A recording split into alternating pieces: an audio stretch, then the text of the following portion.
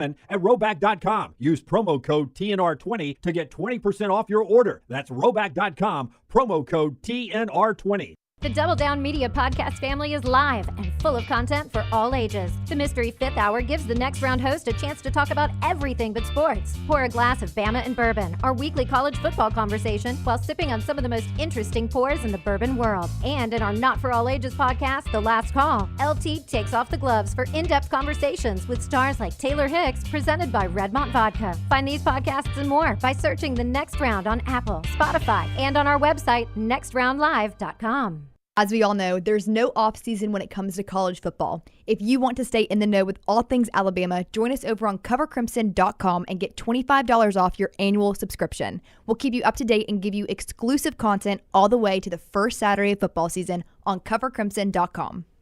Hang out with the Next Round on the go. Whether you're driving to work, running errands, sitting on the beach, or you just need a break from the real world, we can keep you company. Check out the Next Round, Mystery Fifth Hour, and our other shows on your favorite podcast app. We'll meet you there.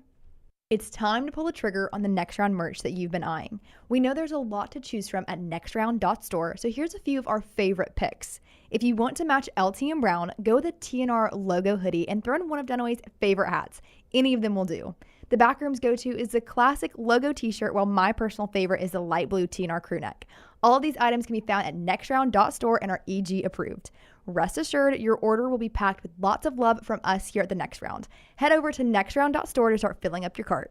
No matter the occasion, the Next Round store has you covered with whatever you need. Head over to nextround.store and start filling your cart up now. When you wear your gear, make sure to let us know by posting on socials, and you might just end up seeing yourself during a commercial break.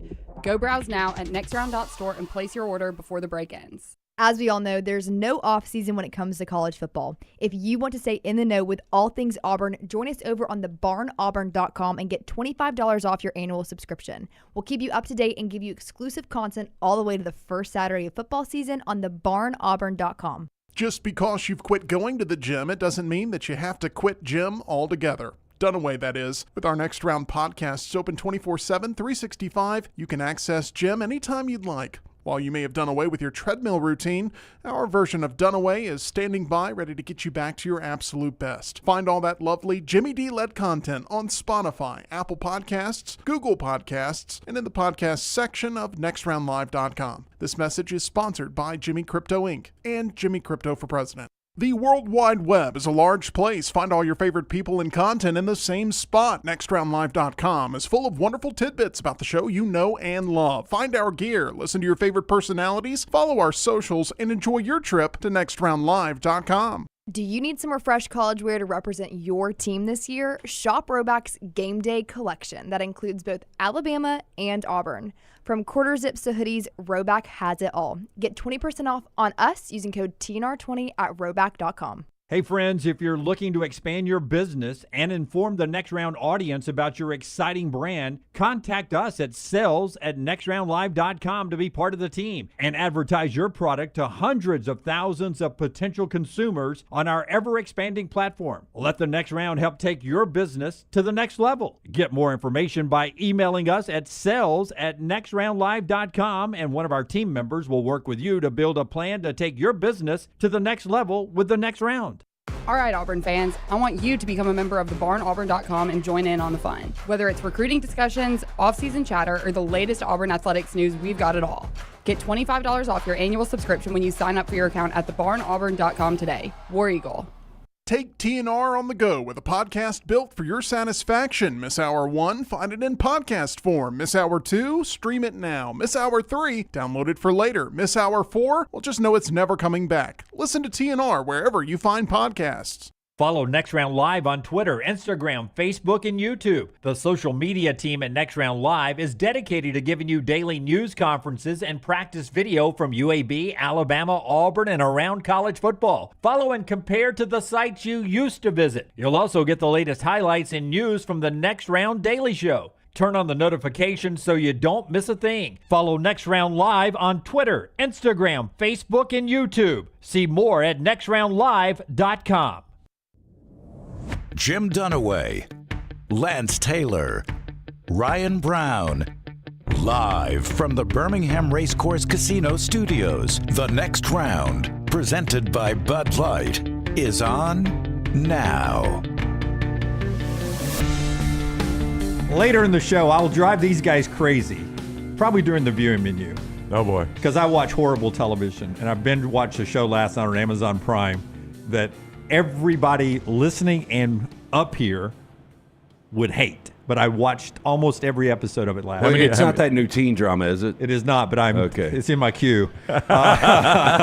Also, we'll get to our 40 and 40 team. Jake Butt is on the show from the Big Ten Network, scheduled to be with us next segment. Michigan is our team today. An unbelievable stat from you guys in your voting. Speaking of stats, we'll talk about Taylor Korn's research on home field advantage in the SEC, real numbers. That's coming up about midway through the show today. But we've got to start with just absolute insanity last night in Omaha. Battle of two SEC teams. The SEC is now going to have 16 years out of 17 years a team in the finals at the College World Series. LSU beats Arkansas. I think in the last couple of innings there were 5 lead changes and a tie. Just another heartbreaker for Arkansas. And I know the kid, and show me the video before we get into it. I mean, this brings tears to your eyes. Yeah, the left fielder? Yeah, the left fielder who misplayed it. God. He's just, and every player, and this is from Pig Trail Nation, this video, every player and coach spent time consoling him after the game. Can I give a hot take? Yep.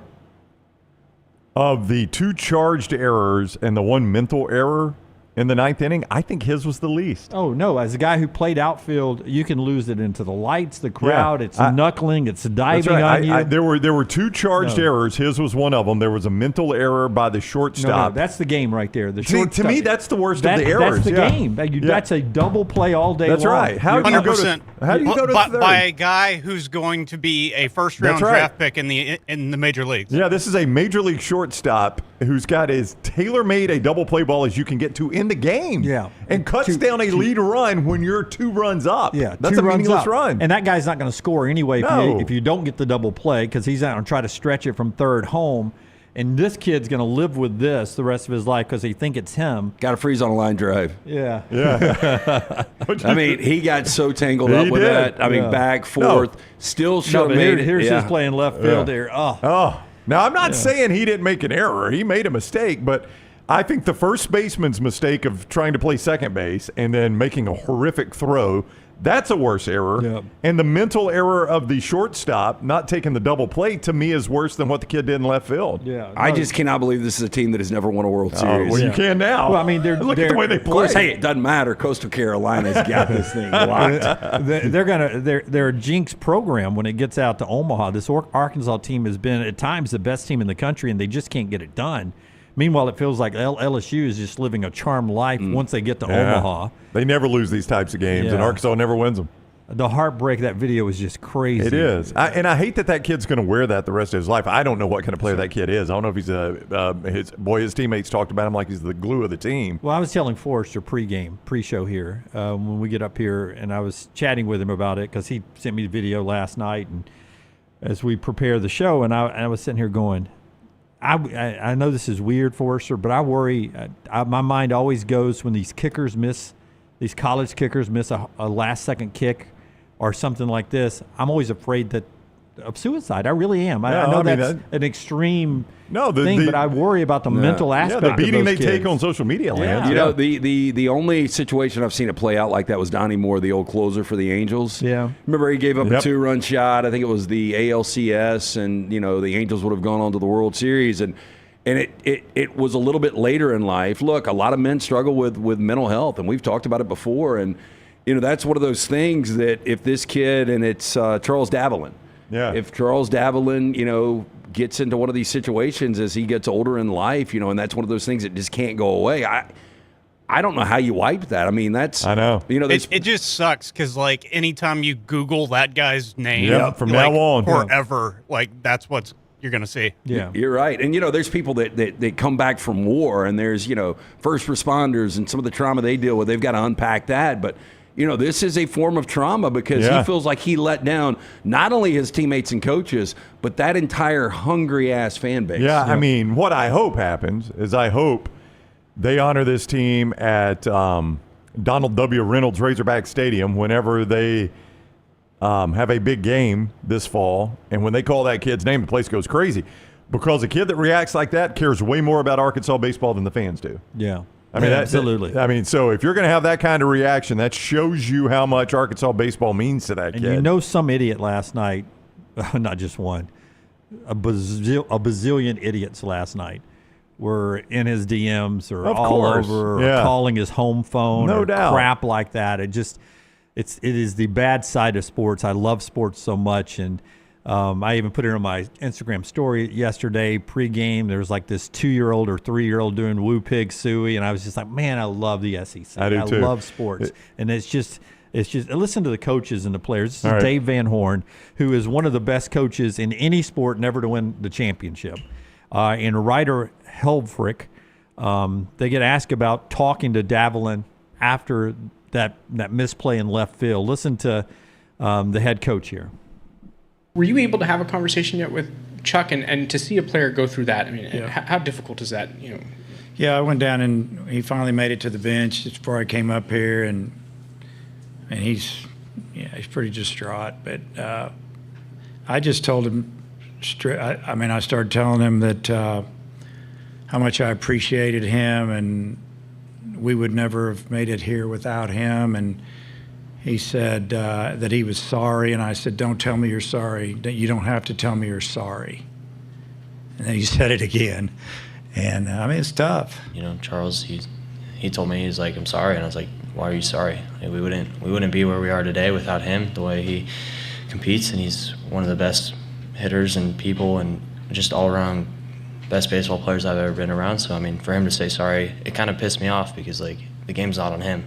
It's on a team, and that he's one of the greatest to do it here. It's truer words never been spoken. It was on the team. 100%. Everywhere. Yeah. Everywhere. I go back when was it Van Tiffin? Not Van Tiffin. Lee Tiffin. Who was the other Tiffin that kicked at Alabama? That was Lee. Lee Tiffin, who missed all those field goals at Arkansas. Remember that game? Yeah, and they kept kicking them though, didn't they? Like Shula kept kicking field goals. I think it was 4 missed field goals. Yeah, something like that. And they were chippies at times. Yeah. And my point, I don't know if you and I were doing a show then. I think we were. My hot take. That was the Shula years, yeah. Yeah, my hot take on AM 690 Dunaway and Brown was before the sun power before it powered down when the sun set was. It's not all on the kicker, man. You got to get the ball in the end zone and score a touchdown every now and then. Yeah, take it out of the kicker's hands. In college, you never leave it in a kicker's hands. Don't get just to the red zone and rely on 3. Get the damn ball in the end zone. That's one thing in the NFL. In the NFL, those guys don't miss most of the time when it matters. But in college, you never leave it in a kicker's hands. Team sport, man. Do you? I know Jim agrees. Do you agree with me, Lance, that of the 2 called errors and the 1 mental error, that was the least of them? Yeah. It's a tricky play. Like Dunaway said, he just got caught up. You're supposed to freeze on a line drive, but that was one of those weird because it was looping down kind of. You don't know where the lights were. But in retrospect, I'm sure Davalin would have, backed it up, let it hit on a hop. But, that's one of those you've got to play it. He probably catches that 99 out of 100 times. It was just a complete fluke. Yeah. Game's over at that point. The shortstop was kind of pivoted to. I think he already had it in his head. He did. I think off contact. I'm just going to cut third down. We're gonna play for the outs here. That's right. But you guys know baseball way more than me. I was always taught when you got a 2-run lead, you completely ignore that guy. Yeah. Am I wrong about that? Well, I listen. Unless it is the only play you've got. It wasn't like that ball was smoked, though. Look, it looked like the guy leaving the box. It would have been a 6-4-3. He looked like he was towing a piano. He wasn't halfway down. He wasn't. Yeah, it would have been an easy out at first. But the bang play would have been at second. But, some of that's got to be on coaching, too. Like, okay, here's the guy. We've got this guy scouted. What does he run 60 feet in? We've got that time. More than likely a medium hit ball into the 6 hole, we're going to be able to do a 6-4-3 here, but that's got to be on coaching. Like, we're playing for 2 or we're playing for 1. And you get signals from the bench, and you may have gotten the signal is, hey, the play's at third. Let's cut it down. You may have been. Well, that's a gamble there. Yeah. Because it would be awesome depth, if we're playing for the third, just get the outs. So this is where coaching, like Van Horn should step up and say, hey, look, by the way, and who is the shortstop? Forrester says he's going to be a first-round guy. Oh, no, that's what everything I see is he's going to the first round. I don't know. Scott may know his name. You got his name, Scotty? He probably will go to Tampa. All we do is draft shortstops in the first round. All they do is get in trouble. It's I'm not sure how the pronunciation goes. His last name's Alloy. Alloy? Okay, well, I mean, White Sox might be drafting early enough to get him, Scotty. I mean, it not would true. be refreshing if Van Horn came out and said, hey, look, I know a lot of people thought this was an easy double play to end it. Yeah. We were playing for one out. We told him go third no matter what. Play. Yeah. And he may have. I didn't get into that. I just was watching it last night, screaming at the TV. That ball, normally, if it's going to hit off the glove, it's going to go in front, and you're going to be able to at least limit a little bit damage there. For that ball to shoot off the way it did to the left field pole. What's the and I played first growing up, but this was like in Little League, so we didn't get to this part of the rule, the unwritten rules or whatever. What is the rule for the first baseman on? I mean, is it just judgment on how far you go? I mean, he was over deep. He was in the deep second. Yeah, I think at some point, you got to. Who's going to cover? Just a feel thing. Who's going to cover first? What it. play are you making? Yeah. You know, after I field the ball, what happens next? You have to have that in the back of your mind. Is it better if another teammate makes the play on that, or? Yeah, I mean, it's all the second baseman thing. Easily got that ball, and I know that's easy hindsight right there. And your job is actually to be at first base. Well, I mean, it's asking a lot for the pitcher to get over there on that play. There's no doubt. Yeah. So wild game, good for LSU. Before we flip the script, cut number 4. We made the announcement when our buddy T-Bob Hebert left his show at Baton Rouge. He's now with Barstool Sports. So they are known for viewing parties and watching the game and stuff. And our boy T-Bob, if on a scale of 1 to 10, he runs usually 9.8 on the energy level. Yeah. Last night, his meter was pegged with the LSU comeback. Here's T-Bob.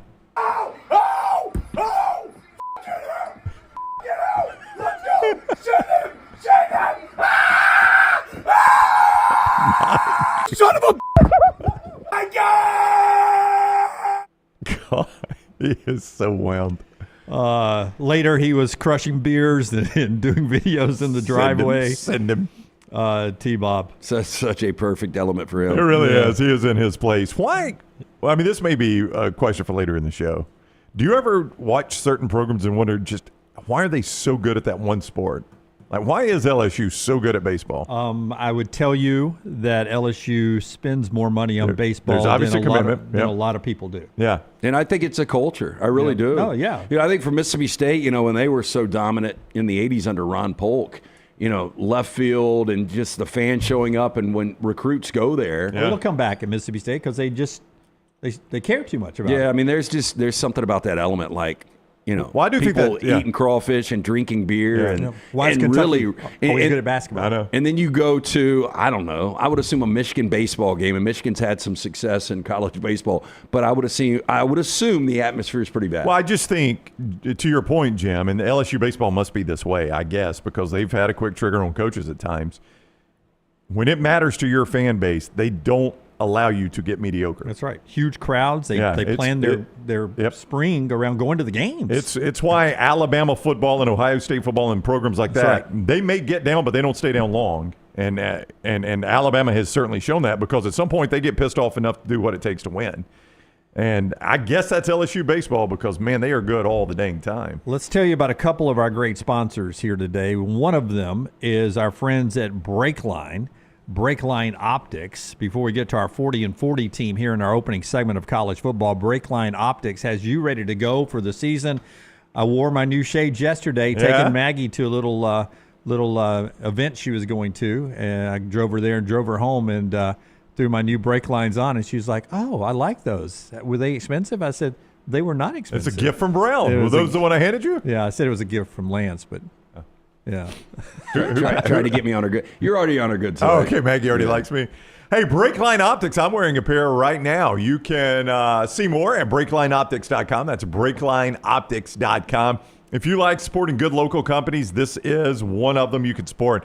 These are local Birmingham guys, and it's a nationwide company, but it's based right here in Birmingham. If you want to go see and feel these for yourself, go to Deep South Outfitters and say, hey, the next round sent me in here to see these Breakline Optics. Great glasses.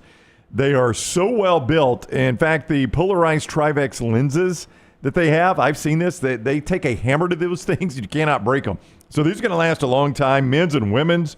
They are resistant to harsh chemicals. They are resistant to all of nature's elements, impact and scratch resistant. It's just everything you want in a pair of sunglasses, and they look great, feel great, fit great. They're very light. Does it say in the copy there helps you get lucky?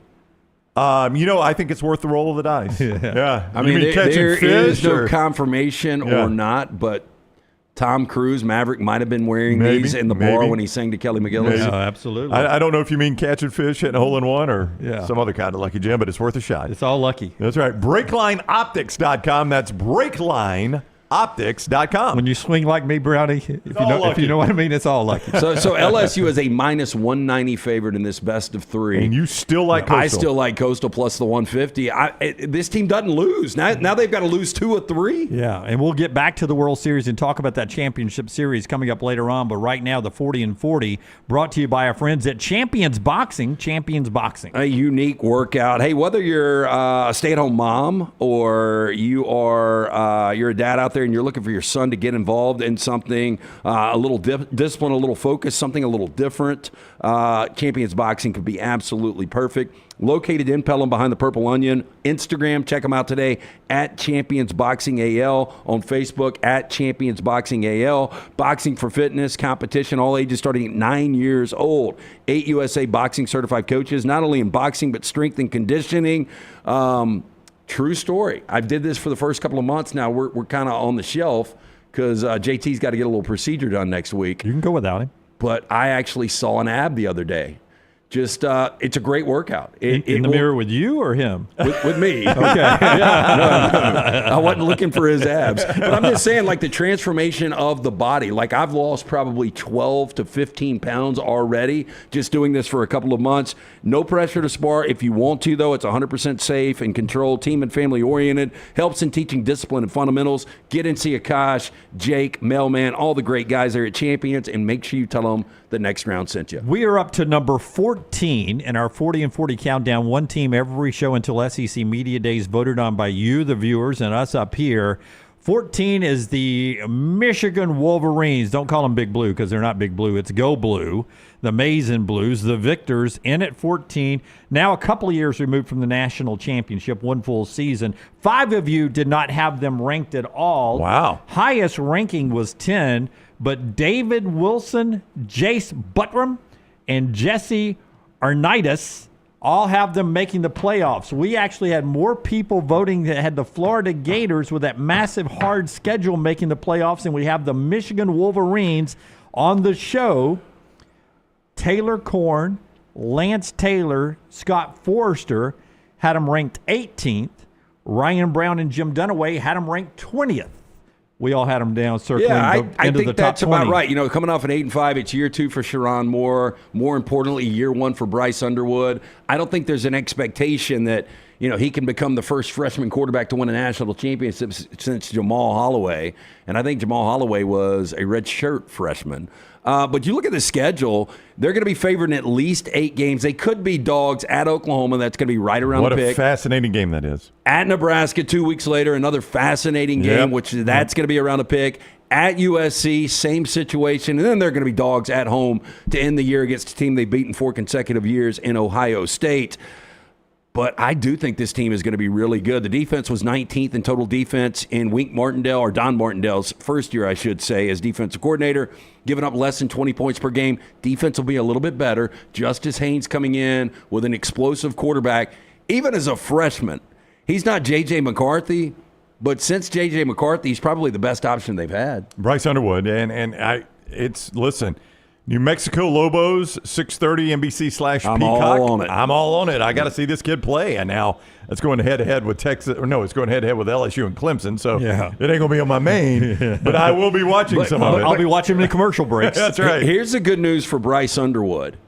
He gets insulated because of Arch Manning. If Arch Manning was not playing, everybody would be talking about this $8 million, $10 million Michigan guy. That would be the quarterback of focus this year. But he gets a little breather because of Arch, and he does get a nice break-in, a nice, what do y'all call it, what kind of cruise? Shakedown cruise is what Dunaway's always called it. And the origin of that phrase, Jim, is you got a new boat, you take it out and see where the leaks are, right? At some point, after you build a boat, you got to put it in the water for the first time. This sounds crazy. I would put his total touchdowns at 5.5 in game 1. I think Sharon Moore will let him go out and build as much confidence as possible. I think he will completely shred New Mexico. And then he gets a wake-up call week 2. Yeah. 6'4", 210. The Athletic did a story on Bryce Underwood, talking to 5 elite high school coaches that faced him last year or the previous 2 years when he was a quarterback in high school.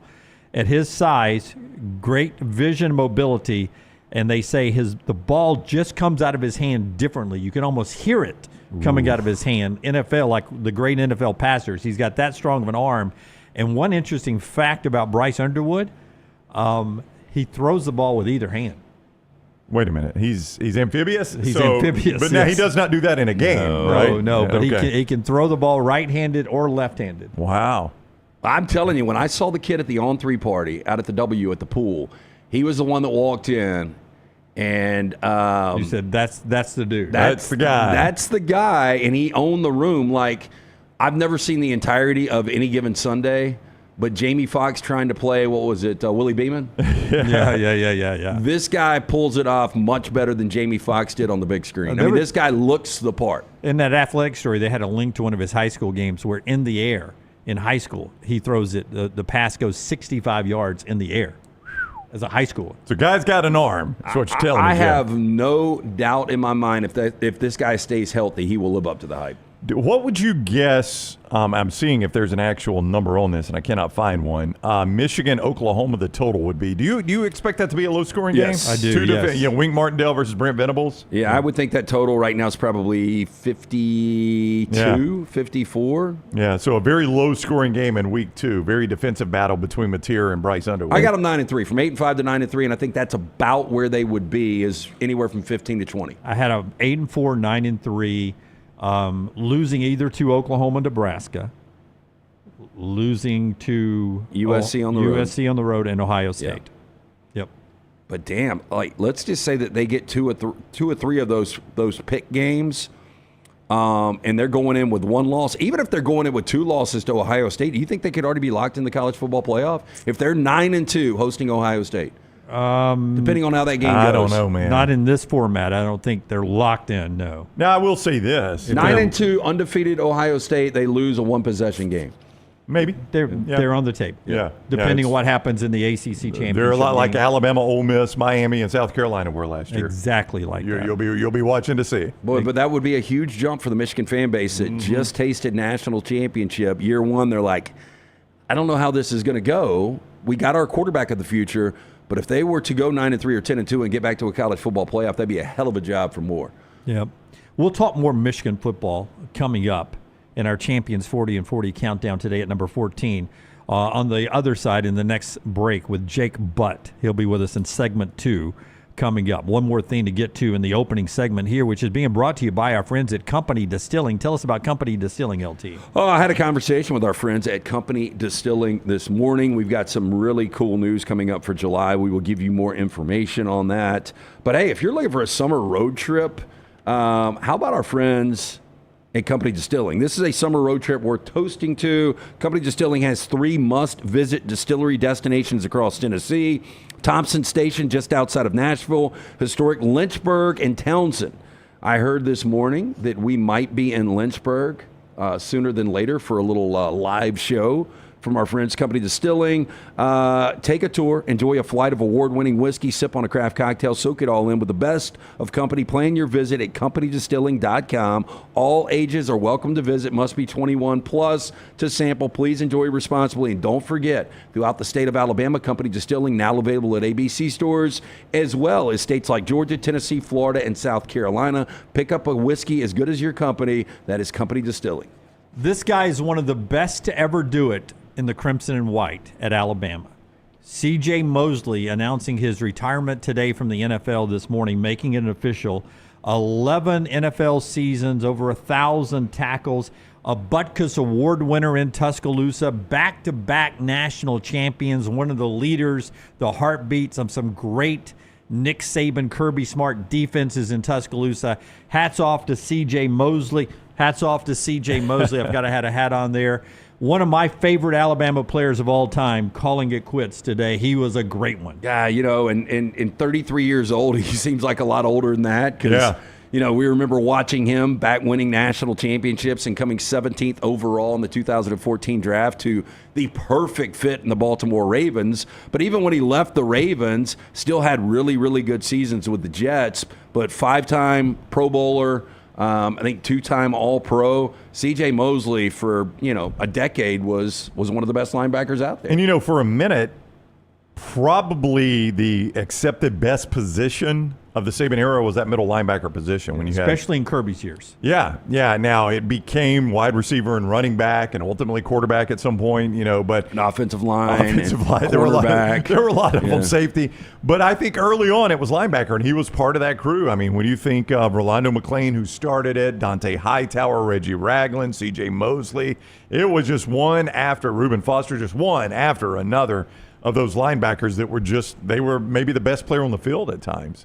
And he was certainly, I don't know who was the best among that group, but C.J. Mosley's in the discussion. Yeah, those linebackers for Saban were almost like he programmed them. I know. They were so... They were like spot on his personality. He never had to worry about those guys. Always had them in the right alignment. I mean, those are guys that, like, you saw him bitch at quarterbacks a lot. You saw him bitch at his coordinators. You never saw him bitch at those linebackers. Nope. Yeah. And they were the guys that really held those defenses together. Man, he was so good, C.J. Mosley. I wish we could turn back the clock and have him coming to Tuscaloosa, Alabama right now. Great career, C.J. Happy retirement to you. When we come back, we talk more football with Jake Butt, a Michigan legend, now with the Big Ten Network. Show being brought to you by our friends at Lags LT. It is breakfast time and lunchtime and soon dinner time in America. Yeah, whenever you want to grab something to eat at Lags, today, tomorrow, Saturday, you can do it because they open the doors at 6 a.m. for that delicious breakfast.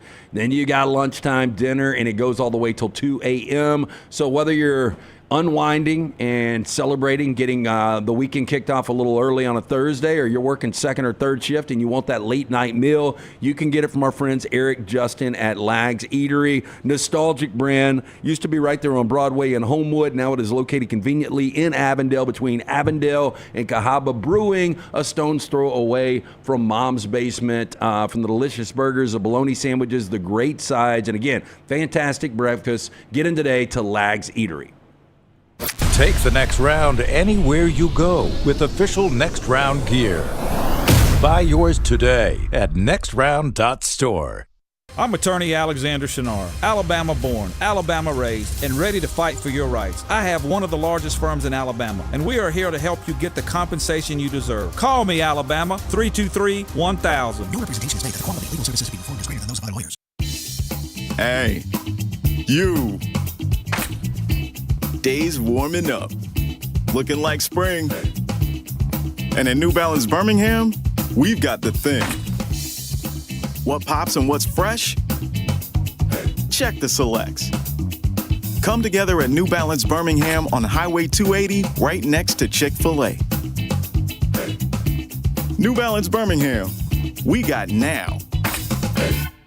When you crave activity like we do, you belong in the Roback family. Get the best golf wear, hoodies, and activewear for men and women at Roback.com. Use promo code TNR20 to get 20% off your order. That's Roback.com, promo code TNR20. Hey, let me tell you about our friends at Urology Centers of Alabama. Compassionate and comprehensive urological care with 35 physicians, 17 locations across Alabama. Their patient-centered approach to all of your urological needs. Remember, they've got that new men's health center. It is beautiful, helping men with a wide range of sensitive male issues in a comfortable environment. You can always go online, visit urologycentersalabama.com, schedule an appointment with one of their many urologists today. Looking to expand your business? Let the Next Round help you. Contact us, sales@nextroundlive.com, and be part of the team. Advertise your product to hundreds of thousands of potential customers on our ever-expanding platforms. The Next Round can take your business to the next level. Join our existing partners in the fastest-growing media space, both live and on demand, while reaching the most desirable audience for your business. Get more information by emailing sales@nextroundlive.com, and one of our team members will work with you to build a plan to take your business to the next level using the Next Round. Hey, there's nothing worse than waking up to a plumbing problem. Don't get caught in a flooded house. Call the guys at Hemp Hill Services. Adam, Chad, and the team at Hemp Hill are the only ones I trust to fix it and fix it right the first time. Hemp Hill Services does it right and always at a fair price. For all of your plumbing, cooling, and heating needs, Trust the name that Birmingham has trusted since 1954. That is Hemp Hill Services. Call now, 205-229-2090. That's 205-229-2090. Twin Peaks is the best in the game. Here, you're in the red zone for every college rivalry and divisional matchup all season long. I mean, where else are the scenic views as good as your view of the game? Only at Twin Peaks, the #1 sports bar. As we all know, there's no offseason when it comes to college football. If you want to stay in the know with all things Alabama, join us over on covercrimson.com and get $25 off your annual subscription. We'll keep you up to date and give you exclusive content all the way to the first Saturday of football season on covercrimson.com. It's bow time. Tired of choosing between sweet and savory? Why not have both? Introducing Bojangles' new chicken and bowberry waffles. The bold Cajun chicken filet you love, now drizzled with a bowberry honey glaze and sandwiched between 2 warm waffles. Which means your favorite meal of the day just met your new favorite dish. And lucky for you, it's served all day. But it's only here for a limited time, so try chicken and bowberry waffles at Bojangles today. It's bow time. I'm attorney Alexander Shunnarah, Alabama born, Alabama raised, and ready to fight for your rights. I have one of the largest firms in Alabama, and we are here to help you get the compensation you deserve. Call me, Alabama, 323-1000. No representation is made that the quality of legal services being performed is greater than those of other lawyers.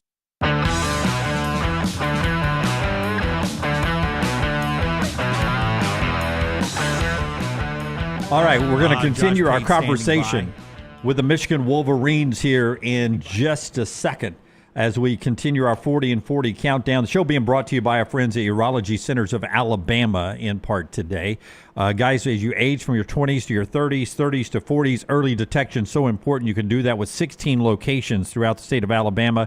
Urology Centers of Alabama, 205-930-0920 to make that appointment.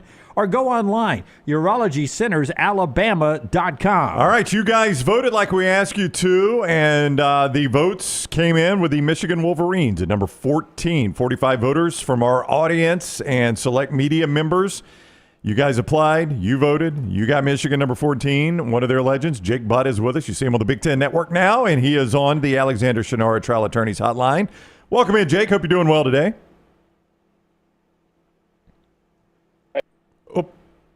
I heard him for a second, Tyler. Hold on with us, Jake, for a second as we work through this. Yeah. Dun, dun, dun, dun, dun, dun. 14, the Michigan Wolverines. All right. It's showing the call dropped, so I'll have to call him back. All right. All right. We had Jake for 1 second, and he dropped it. We'll call him back. Hey, do y'all know who Jay Moore is, right? Jay Moore, the former comedian? Yeah. Dates Jenny Buss? Yeah, you think he's celebrating today? He dates Jenny Buss. I forgot about that. Yeah, dates Jenny Buss. He's been in every video clip I've seen of her courtside. It's love, too. She's like, she won't be a senior citizen this year. She's 10 years older than him. Really? She's got to be 60. Oh, no, that's what I'm saying. She's 64. Yeah, okay. Yeah. So she's not retirement age yet. No. Well, I think this solidified retirement when you're getting $10 billion. Right? I would agree with that. Yeah, I'll go ahead and tell you. I think AARP hits at 55. I think. Oh, okay. You think? And Jay Moore's not there yet. Jake Butt back with us on the Alexander Shunnarah Trial Attorneys Hotline. Sorry about that, Jake. Hope you're doing well today. Yeah, doing well, guys. Good to be with you. Yeah, great to have you. Well, let's start. As we said in the setup there, we do this every year, 40 and 40. We ask a number of our audience members. They apply to vote. We ask some media members. We get a good sampling. They've got Michigan at number 14. I know you want Michigan number 1. That's where you bled. But if I told you Michigan was number 14, your reaction would be what?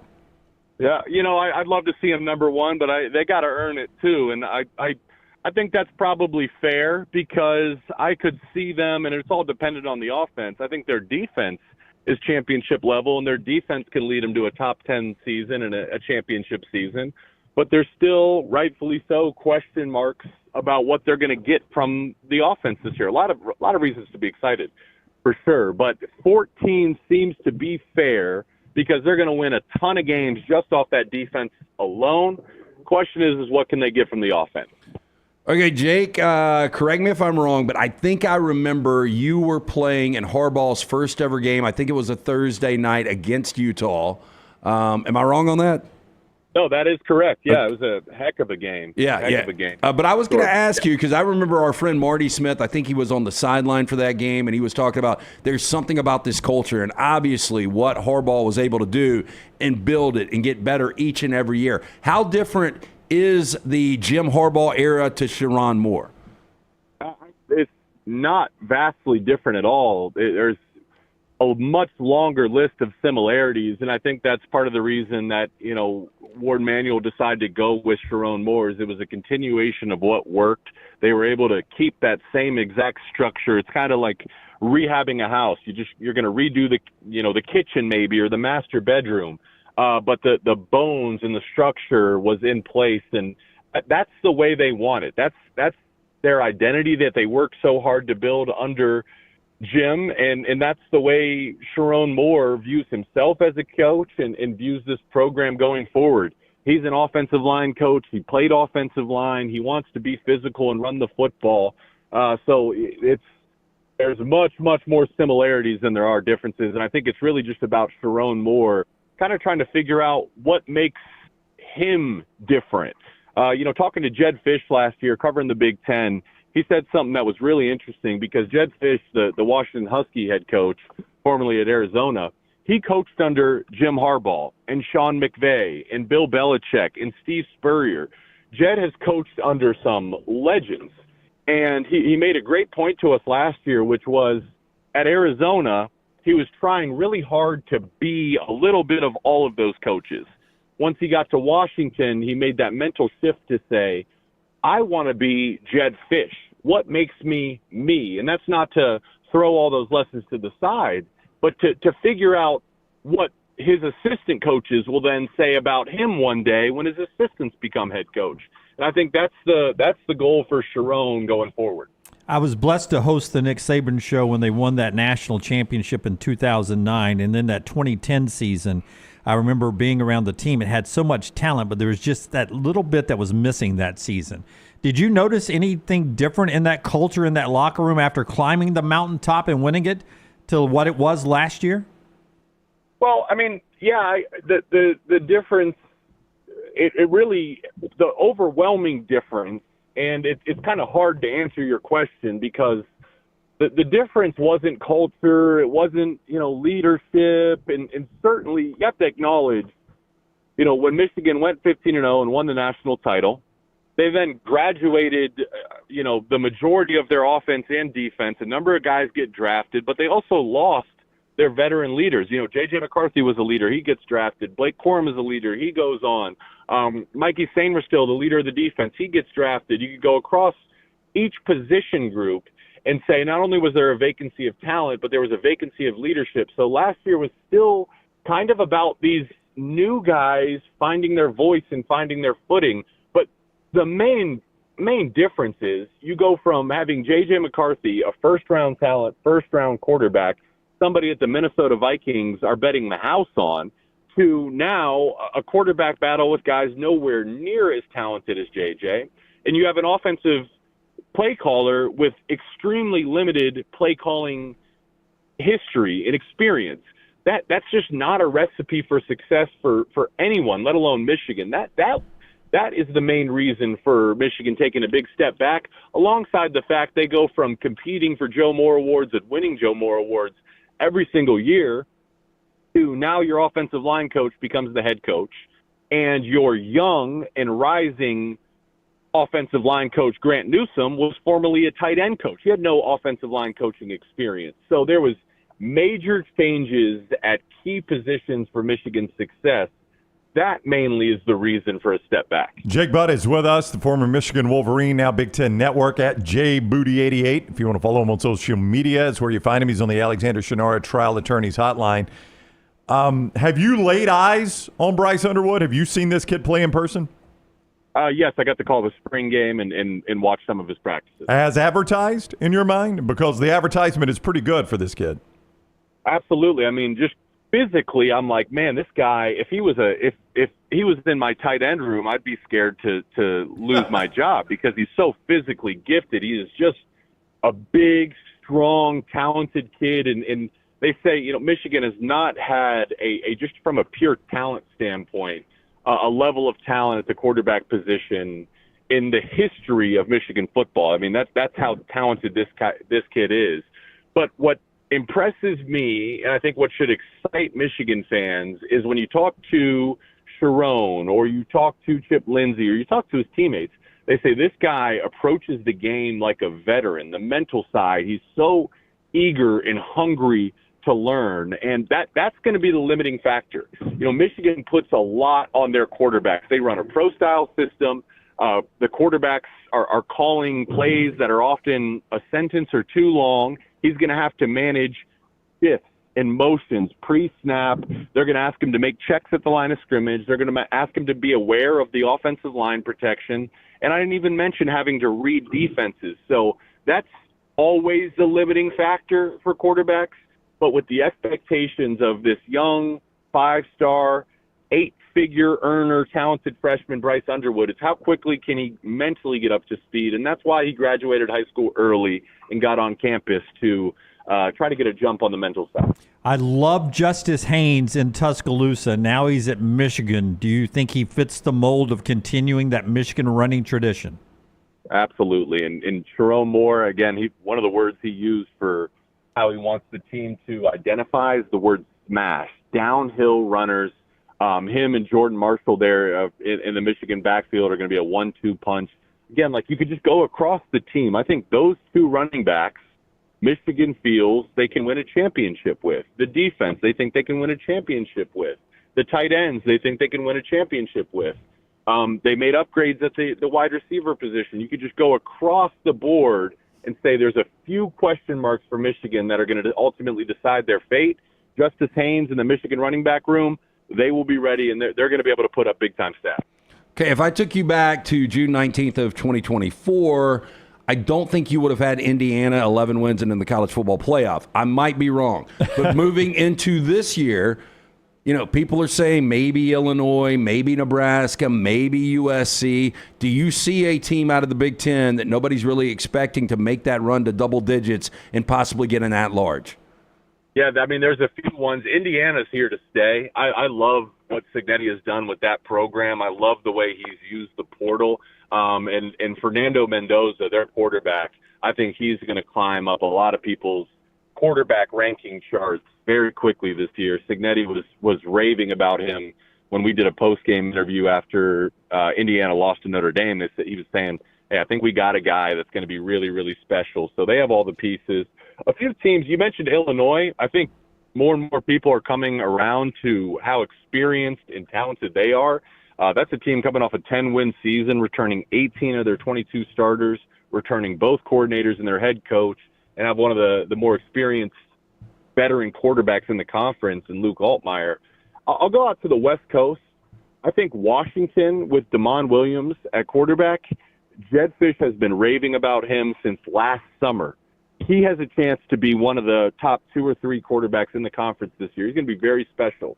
Washington could make a run, and then USC is another one where, boy, does this feel like such a critically important year for Lincoln Riley. You go out and you hire Danton Lynn. The defense took strides last year. Can they continue to improve this year? All of a sudden, you know what Lincoln Riley's offense is going to be. They could be a very dangerous team. So I think those two teams on the West Coast, whether it's Washington or USC, they could potentially make a run. I'll even throw in Nebraska as well as, year 3 Matt Rule, Dylan Raiola, another year of experience. Can he make this season extra special? They'll be one I have my eyes on as well. All right, he is Jake Butt. You'll see him on the Big Ten Network throughout the season, the Michigan Great at JBooty88 if you want to follow him on social media. Safe travels, Jake. Thank you very much for the time. Always great catching up. Always. Yeah, thanks. Take care. All right, buddy, you too. Jake with us on the Alexander Shunnarah Trial Attorneys Hotline. All right, let's do the Bojangles tender moment of the day. We're going through my dad's stuff, and there's something I hope I find, but I came across a picture last night because people were doing a countdown, and I'll show you the picture after you tell us about Bojangles. Well, may I ask, there's something is in there you hope you find? No, I just remember us having it, and it was such a It was such a thing back when I was a kid. I'll show it to you in a second. You'll remember these. From sweet to heat, Bojangles has 7 sauces that will definitely add a little extra flavor to every bite. Nothing pairs better with sauces than hand-breaded tenders. So if you're looking for sweet, try honey mustard. You want to add some tang, try barbecue. You want some heat, try creamy buffalo or peach honey pepper. If you're craving smooth and creamy, the house-made ranch, jalapeno ranch, or classic Bo sauce are ready and waiting. So head to Bojangles, order some hand-breaded tenders with your favorite sauce today. It's Bo time. Yesterday we were 73 days away from the start of the Alabama football season. And, people use 73 John Hannah. We're John Hannah days away from, and there was this black and white picture floating around, and this was an old media guide picture they used to take back in the day. They'd have these guys diving through the air, these awkward poses. Yeah, action shots. Action shots, and that's what, how many future all-pro offensive linemen ever blocked that? But look at the jump that he had. But they took those pictures. Oh, they drop them. They took those pictures. Out of a tree. And they took those pictures and put them on playing cards, and I remember about that era, my dad having a deck of playing cards, black and white Alabama playing cards with those action shots on it. And I'm hoping somewhere in all the boxes and stuff that playing deck of cards pop up. I know there's at least one person in our viewing audience that had those playing cards back in the day. Do you remember seeing those ever? I do remember seeing them. I don't remember like the deck of playing cards. I remember like looking at my dad's high school yearbook and seeing those pictures in it. Yeah. I do remember, I think it was the 92, the Centennial celebration, they had like trading cards for Alabama football. I don't remember playing cards, though. They actually had playing cards back in the day. Check the chat room and see if anybody had those. All right. Let me know in the chat if you And do. I think they did an Auburn version, too, but I know Alabama had those, which is crazy because NIL, they didn't get any of that back then. None of the players got money if they sold those things. I don't know, just the way it used to be. Who was the King of Hearts? I tried to remember, like, the was Ace of the Spades. Ace of Spades Bear Bryant? You know? I can't remember. I was such a little kid.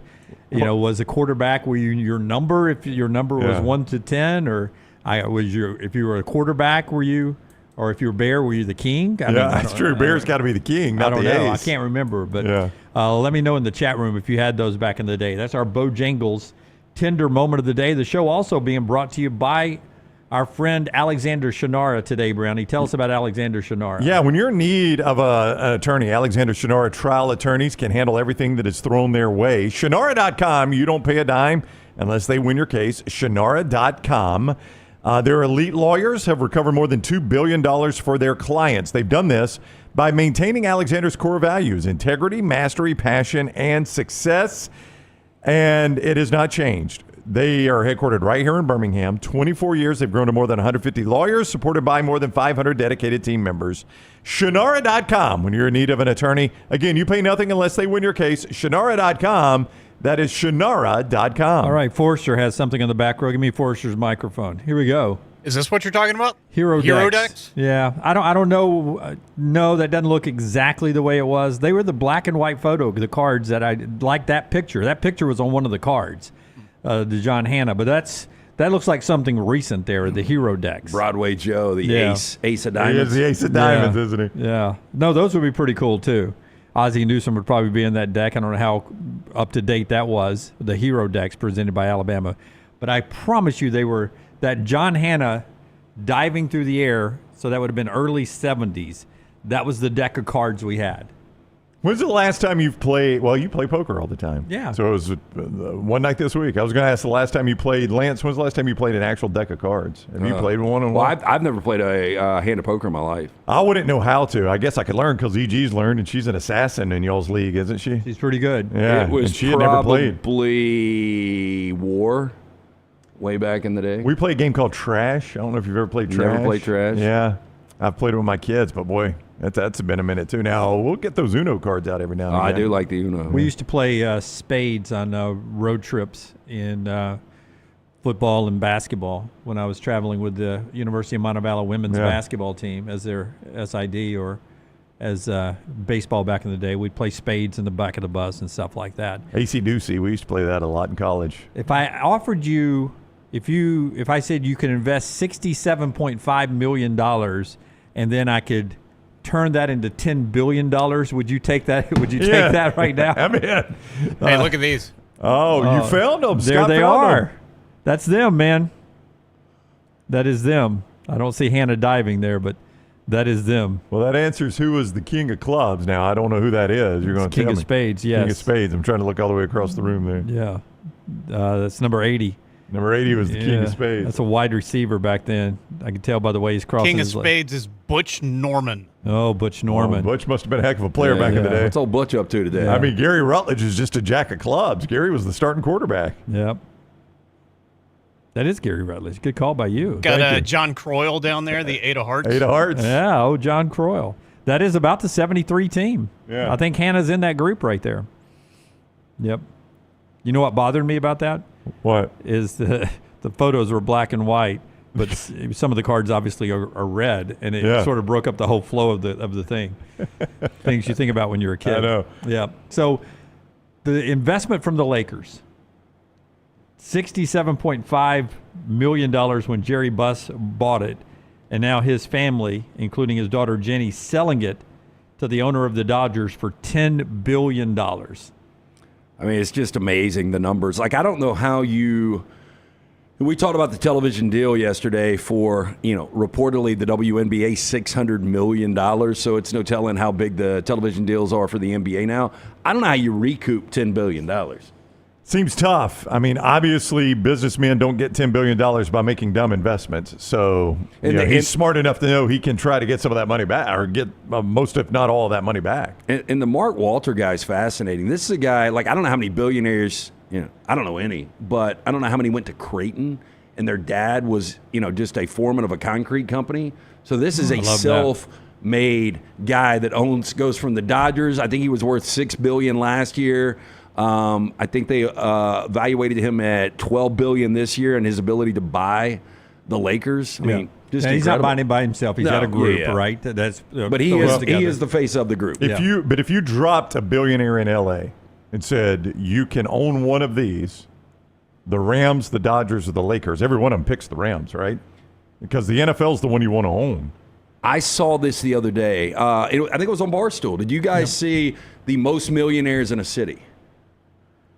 I did not, no. I see this guy. There's a guy on TikTok that will do the 5 richest people in Birmingham, the 5 richest people in Nashville, the 5 richest people in Alabama, but I haven't seen this. This was the most millionaires in one city in the world. I'm going to say Dallas, Texas.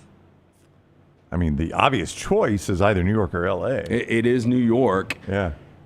I've got to find this because it blew me away. I think there's like 67,000 millionaires in New York. 67,000. Yeah. But that basically is just, that's the population of Hoover, basically, right? Is Hoover about 67,000? But that's basically just being a $500,000 person in Alabama. Yeah. That's the point, Yeah, you know what I'm saying? Yeah, but I mean, that's still a large number. Yeah. I mean, being a millionaire in New York is, I'm not even sure you get into Greystone. Oh, you wouldn't. Let alone Mountain Brook. I mean, really, it sounds crazy, but if you're making $250,000 up there, that really is the equivalent of 75 to 100 here. Yeah, you'd have to go through the guest gate in Brown's neighborhood. You wouldn't get to pass gate. Oh, yeah. Guest gate. You'd have to be guest gate. They wouldn't give you a sticker. It would be the dated pass. Yeah. You're a New York millionaire. I'm going to need your license plate. Can I see your driver's license? Sorry, please? sir. Yeah. You could not. Yeah. You're in the Brown neighborhood here.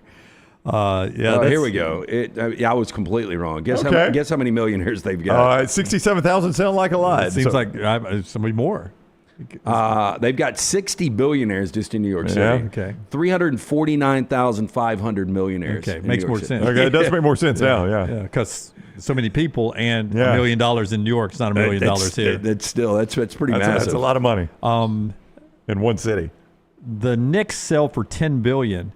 The most recent anywhere close NBA franchise, forget the NFL, NBA franchise, the Celtics when they sold was $6.1 billion.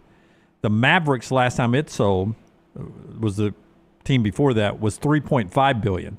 So I think he's making an investment thinking that, well, if I sell this at some point, it's going to be more than $10 billion. I mean, this is one of those things that it always goes up. Like, until it doesn't. You heard as somebody will get left over the bag. Though, invest in property, and a lot of people did, and a lot of people didn't. But that's one of those things that seems to never go down. That's a great example, though. I think when you buy the Lakers, I think you're also buying Crypto Arena, right? Probably getting the arena. Yeah. Which probably pays off in concert season, you're telling me? Oh, yeah. That was my dream back in the day. And this is back when, if you won the Powerball, you actually could afford a good percentage of a team. But my dream was to buy the Rams one day. Yep. I can't even get Squadron season tickets now, but that was a dream for me. And if you guys could own any major league team, would it be one of your own, or would it be the obvious, the Yankees, the Cowboys, the Lakers? So I would go Rams, and I'd be content with whatever billions that would bring in.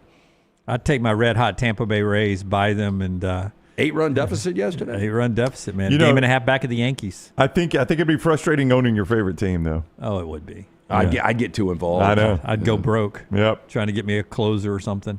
That is, by the way, the Rays up for sale as well. They probably have a local buyer for $1.7 billion, the other end of the franchise spectrum there. Now, you might lose money on that. You could buy 10 LA Lakers for what you're paying for the you can buy 10 Tampa Bay Rays for what you're buying 1 LA Lakers for. The exchange rate. I guess it's the viewing menu. Michelson Laser Vision. Hey, don't go anywhere. Top of the hour, we're going to talk home field advantage, real numbers, an amazing graphic that Taylor Korn put together on our social media site. But first, what we're watching, brought to you by Michelson Laser Vision. 205-969-8100. That is the number that I called back in 2003. Had the 2200 vision, was legally blind without the aid of contacts after the procedure, which only took 12 minutes for both eyes. 2015 vision, better than 2020. Dr. Mark Michelson, Dr. Jen Michelson, best in the business, conveniently located UAB Highlands. Call, schedule the consultation, ask for Amy. She's going to hook you up with a hassle-free consultation, 0 to lose, to find out if LASIK is right for you. 205-969-8100 or MichelsonLaserVision.com.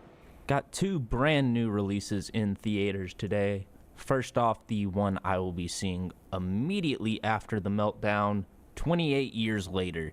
This is the sequel to 28 Days Later and 28 Weeks Later. They skipped 28 Months Later, although that was originally planned. But this takes place decades after the original. A group of survivors of the Rage virus live on a small island. When one of the group leaves the island on a mission to the mainland, he discovers secrets, wonders, and horrors that have mutated not only the infected, but other survivors. I am all in. The reviews have been great.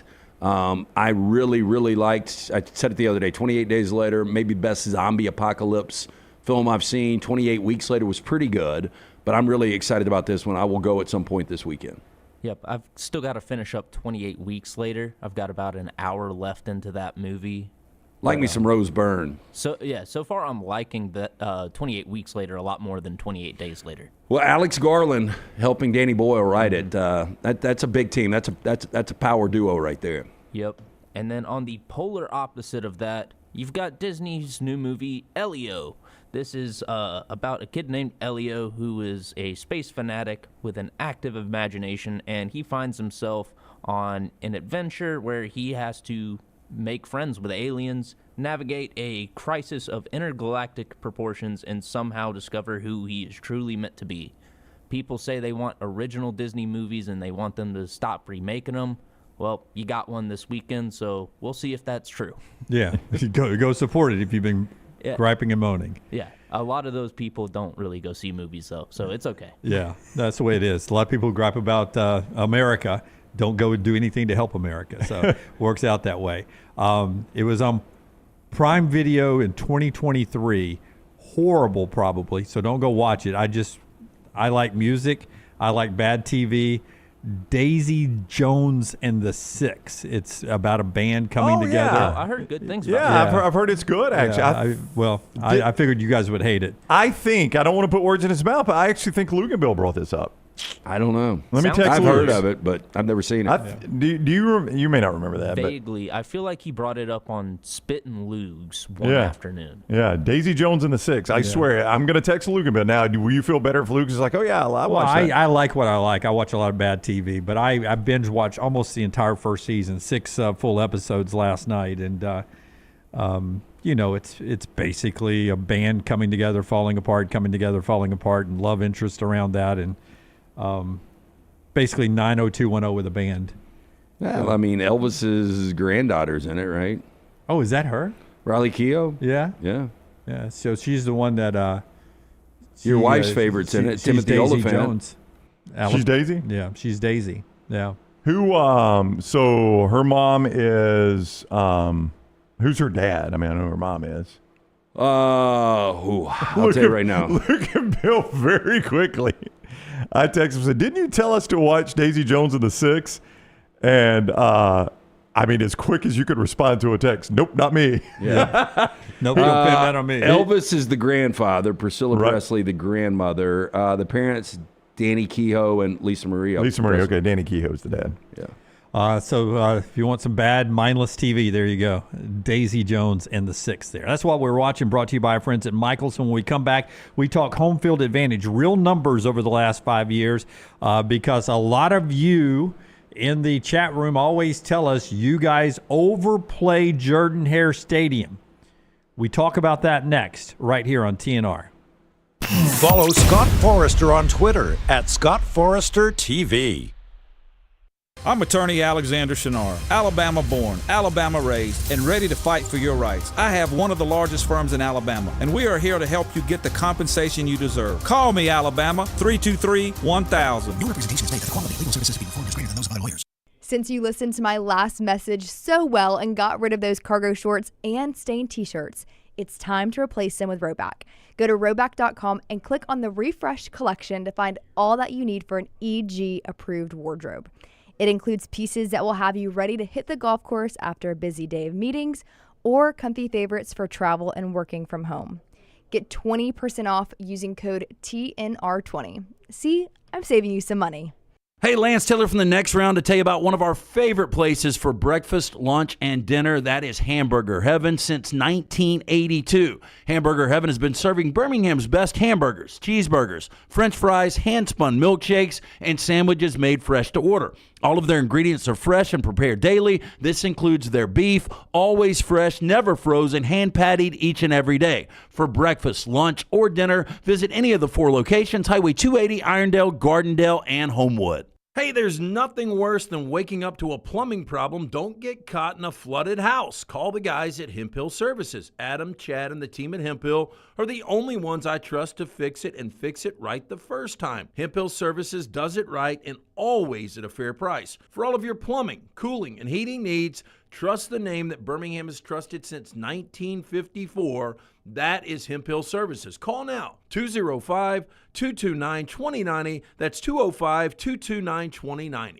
You could win a Cadillac CT5 or your share of $25,000 in free play and cash at Birmingham Racecourse Casino. The more you visit, the more chances you have to win. Play the latest, most exciting games around with fun bonuses and big jackpots. You can be a winner too. Come win your share during the Cadillac CT5 and $25,000 giveaway at Birmingham Racecourse Casino. Drawings April 5th and 6th. Located off I-459, exit 31, Derby Parkway. Must be 21 or older, must be present to win. If you're looking to expand business and inform the Next Round audience about your exciting brand, contact us. Send an email to sales@nextroundlive.com to be a part of the team and advertise your product to hundreds of thousands of potential customers on our ever-expanding platform. Join our existing partners in the fastest-growing media space, both live and on demand, and reach the most desirable audience for your business. Get information and more by emailing sales@nextroundlive.com, and one of our team members will work with you to take your business to the next level with the Next Round. Stop by the New York Butcher Shop and pick up the finest in certified Angus prime beef steaks and burgers, premium pork chops, ribs, and all-natural chicken cut to order just for you. Their chef-prepared entrees and side dishes are the perfect dinner-to-go choice for your family and are ready to heat at home. With a great selection of fine wines and desserts, the New York Butcher Shop is your one-stop dinner shop. 2 locations to serve you, Cahaba Heights and on Highway 119 in Greystone. The New York Butcher Shop, rare quality, well-done service. It's bow time. Tired of choosing between sweet and savory? Why not have both? Introducing Bojangles' new chicken and bowberry waffles. The bold Cajun chicken filet you love, now drizzled with a bowberry honey glaze and sandwiched between 2 warm waffles. Which means your favorite meal of the day just met your new favorite dish. And lucky for you, it's served all day. But it's only here for a limited time, so try chicken and bowberry waffles at Bojangles today. It's bow time. I'm attorney Alexander Shunnarah, Alabama born, Alabama raised, and ready to fight for your rights. I have one of the largest firms in Alabama, and we are here to help you get the compensation you deserve. Call me, Alabama, 323-1000. Your representation is made that the quality of legal services being performed is greater than those of other lawyers. Jim Dunaway, Lance Taylor, Ryan Brown. Live from the Birmingham Racecourse Casino Studios, the next round, presented by Bud Light, is on now. Hour number 2 of the show as we continue on. Show number 976 together. It is hour number 2 of the show.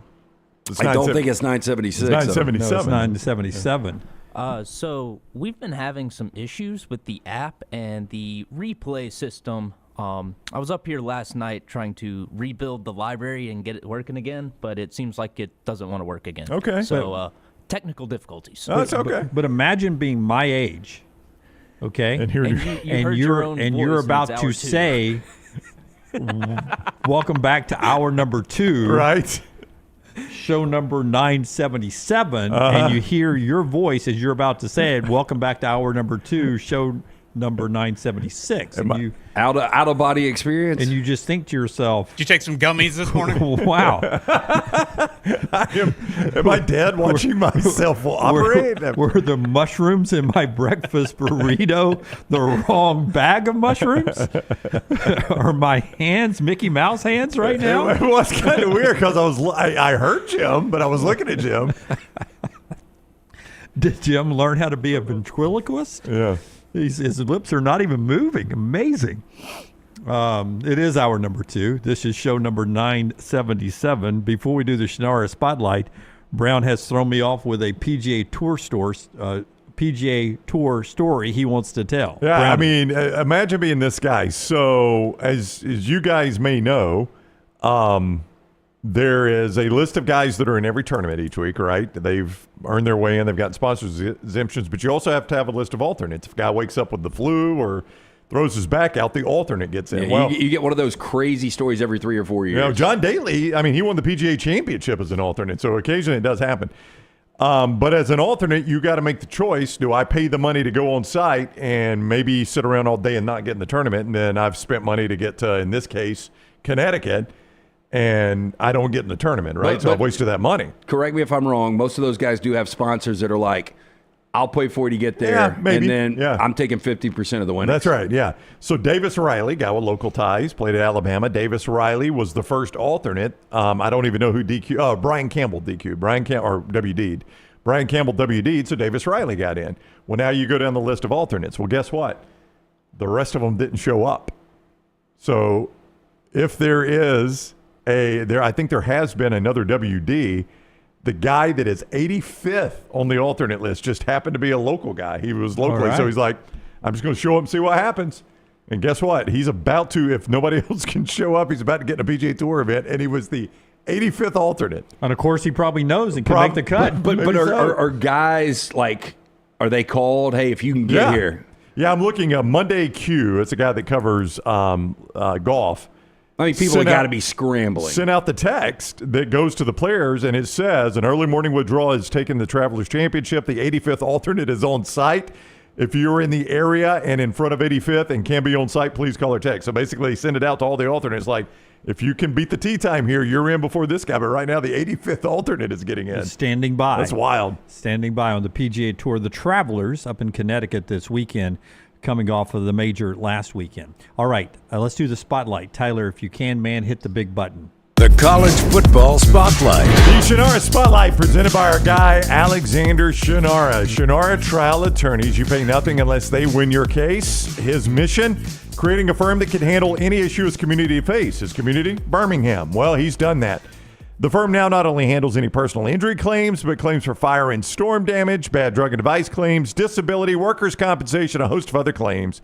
When you find yourself in need of a lawyer, call the Alexander Shunnarah Trial Attorneys. You pay nothing unless they win your case. Shunnarah.com, Shunnarah.com. Red hot on social media yesterday, Taylor Corn's graphic. Before we show you the breakdown of the real home field numbers the last 5 years in the SEC, let's reflect on what we thought were the best home field advantages more of a nuance, more of a feel thing than actual numbers on the show here. So we all did a top 5 ranking. Here are our projections on the best home field advantages in the Southeastern Conference.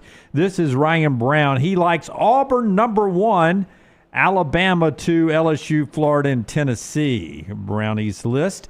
Next up on our list is Lance Taylor. He likes Auburn. Well, look, when Browns came out, I kicked myself in the ass for this. I talked about it, and then I said, as soon as I say this, I remember myself having Auburn really high. But when you start to get down to the numbers, I do regret putting Auburn number 1. LSU, Florida, Texas A&M, and Alabama. And then I laughed at both of you guys. Auburn. Y'all took the bait. You have an Auburn so high. I didn't have Auburn number 1. I had them number 2. LSU, Auburn, Tennessee, Florida, and Alabama for me is the best home field advantages in the SEC. Okay, drum roll please. Real numbers, last 5 years of who've had the best home field advantage. There's nuance to this, but the actual numbers of wins at home goes to, on nobody's list, the Georgia Bulldogs. 100%. They haven't lost a home game in the last 5 seasons. Alabama fans will say one's coming down the tracks because they play there this year. But Alabama's second, then Oklahoma, going back to their Big 12 days, Ole Miss, LSU, Missouri, Texas A&M, Texas, Tennessee, Florida, South Carolina, Kentucky, Auburn at just 57.1%, all home games at Jordan-Hare Stadium the last 5 years. Wow. Only better than Arkansas, Mississippi State, and Vanderbilt. All right. If I redid mine, Phil Steele's got this every year too, but I can't see his font. We've talked about that. If Taylor would have rolled this out before and done a little research, I would have done LSU 1. Yep. I would go Georgia number 2 just because they hadn't lost a game. They haven't lost a game. Now, I've always thought that atmosphere was a little overrated. It's a good atmosphere, though. It's a good atmosphere. It's not a great atmosphere, and Georgia hadn't lost a game because Georgia's good. But I still would go Georgia number 2 based on the fact they hadn't lost a game. I would go Alabama 3. I think I would go Florida 4 and Tennessee 5. All right, but let me ask you this. I wouldn't even have Auburn in the top 5 now. All right, be an Alabama fan. Okay, be an Alabama fan. Okay. Jim, it's not hard for you. Yeah, I've got some numbers that's maybe backing up what you're going to say. Be an Alabama fan. You're a really good team. It's an important game. I'll let you pick. You can play Auburn or Missouri and Columbia. Which one are you picking? Oh, Missouri and Columbia. Yeah. You don't even have to be an Alabama fan. You can be an LSU fan. So if you want to just go by numbers, sure, Missouri is a better home field advantage. You go to any SEC fan and say you got to win a game to get in the playoffs. You get to choose to play in Columbia, Missouri, or Jordan-Hare Stadium. What are we now? 15 out of 15 are going to pick to play in Jordan-Hare or pick to play in Columbia, Missouri. Well, it depends on the rosters. Let me jump. No, same teams. Same teams. Same teams. Let me jump into some numbers here from Taylor's research department here. Inside that number, just playing ranked teams at Jordan-Hare Stadium the last 5 years, because this is where you get into the nuance a little bit. Right. 2024. You lose to number 21 Oklahoma by 6. Mm-hmm. That was a pick 6 at the end. Auburn should have won that game. Still lost. I mean, equal teams. Yeah. Okay. They beat number 15 Texas A&M. That's right. They were 1-1 last year. A&M was better than Auburn. They played up a little bit in that game. Now, in 2023, they were 0-3 against ranked teams at Jordan-Hare Stadium. But number 1 Georgia, they lost by 7. Number 13 Ole Miss, they lost by 7, and number 8 Alabama, they lost by 3 on an unbelievable final Which play. has been my point in this all along. Is it's not necessarily about wins and losses. It's about Auburn playing way above their heads in that environment. I'll throw Ole Miss out. And you were at that Georgia game. We were at the Iron Bowl. You cannot deny. Outside of Vanderbilt, every team in the SEC should play close games at home. Yeah, and every team in the SEC And you should. see Taylor's graphic, everybody in the SEC is above 50% at home. In 2022, one ranked game at home, number 22 Penn State, Auburn lost by 29. Yeah, they got smoked in So I got them at 1-5 right now. Yep. Okay, so 2021, number 2 Georgia, lost by 24 at home. They beat number 10 Ole Miss at home. They lost to number 3 Alabama at home by 2 in 4 overtimes. That's right, 4 overtimes. So an Alabama team that, as I remember it, went on to play for the national championship. Yeah, won the SEC play for the national championship. All right. And in 2020, to end this 5-year span, they beat number 23 Kentucky. Is that really a ranked team? But they were. It is ranked. They lost to number 5 Texas A&M by 11. Mm-hmm. And that's during that span. So that's Auburn 3-8 is what I have them. Is that what you have them? Yep. 3-8. So go ahead. Well, I'm going to say we've picked one of the worst stretches in the history of Auburn football. So I did this with Alabama, Okay. 2003 to 2007, one of the worst stretches of Alabama football, right? And that's back when Bryant-Denny was a graveyard. Yeah, it was a library. So these numbers cannot be good. Yeah. So do you think they're better than 3-8 though? I don't know. It's gonna be, let's I do the will numbers. lean they're better than 3-8. Well, first of all, Auburn played 11 ranked teams at Jordan-Hare during this recent 5 period. During Alabama's low point this century, they played 16 ranked opponents. Wow. At Bryant-Denny Stadium. Crazy. What do you think their record was? I'm going to go 4-12. So Auburn was 3-8 and they're 11? Yep. I think Lance probably got it 4-12. 6-10. Okay. Here we go. 2003. Better winning percentage, by the way. Shula's first year. Number 1 Oklahoma by 7. That was a great game, crazy atmosphere. Tremendous game. Oklahoma has to fake a punt deep in their own territory just to get out of there with a win. That was the difference. And a lot of people were like, that was the best atmosphere I'd ever seen in Bryant-Denny Stadium. A lot of people said that. Same year, lost to number 9 Arkansas by 3 in double overtime. Don't remember a ton about that game. I really don't either. Yeah. So, but right now you feel like number 1 Oklahoma by 7, fake punt deciding the game. Number 9 Arkansas by 3 in double overtime. You got a little home field advantage. It seemed like here, right? Seemed like that helped. Jags are hard to beat at home in the NFL. Yeah. Lost to number 22 Tennessee by 8 in 5 overtimes. And that's the game Alabama should have won, if you remember. Didn't call. they give up like a 4th and 23 or something, or 4th and 18? It's gonna Pass shock you guys. interference call. No, I thought Tennessee just converted it. There was a pass interference call. There was a horrible call in the end zone that saved Tennessee in that game. I thought there was an interesting spot on a 4th down or something. I remember leaving that game in the 4th quarter, getting home before overtime and watching the entirety of overtime. And in the same year, 2003, they lost to number 3 LSU, the most mismatched I've ever seen an Alabama team before. Was it that like 27-6? By 24 points. That was Josh Reed just domination. I tell you what, that was a game where Nick Saban called the dogs off. If you don't think Nick Saban had a heart, he looked across and was like, I can't do this to Alabama and Bryant-Denny. They could have won 55-6 that night if they'd have wanted to. In 2004, only 2 ranked teams at home. Number 24 Southern Miss, where they really, I'll do what I did to Kentucky for Auburn, where they really a ranked team they were. That was a win. That may have been the Brandon Avalos game. What was the score? I can't remember the score, but they beat 20. I thought the only game was Georgia, where he got. I think it was USM in a win. I think it was Southern Miss. Against a ranked USM team. They lost to number 2 Auburn in 2004 by 8 at home. That was unbeaten, untied Auburn. Yeah, a closer game than it should have been. Tuberville let it come down to an onside kick at the end. As Bobby reminded me back in our AM 690 days, that meaningless onside kick. I think Alabama had an onside kick to try to tie the game up at the end. That's or win true.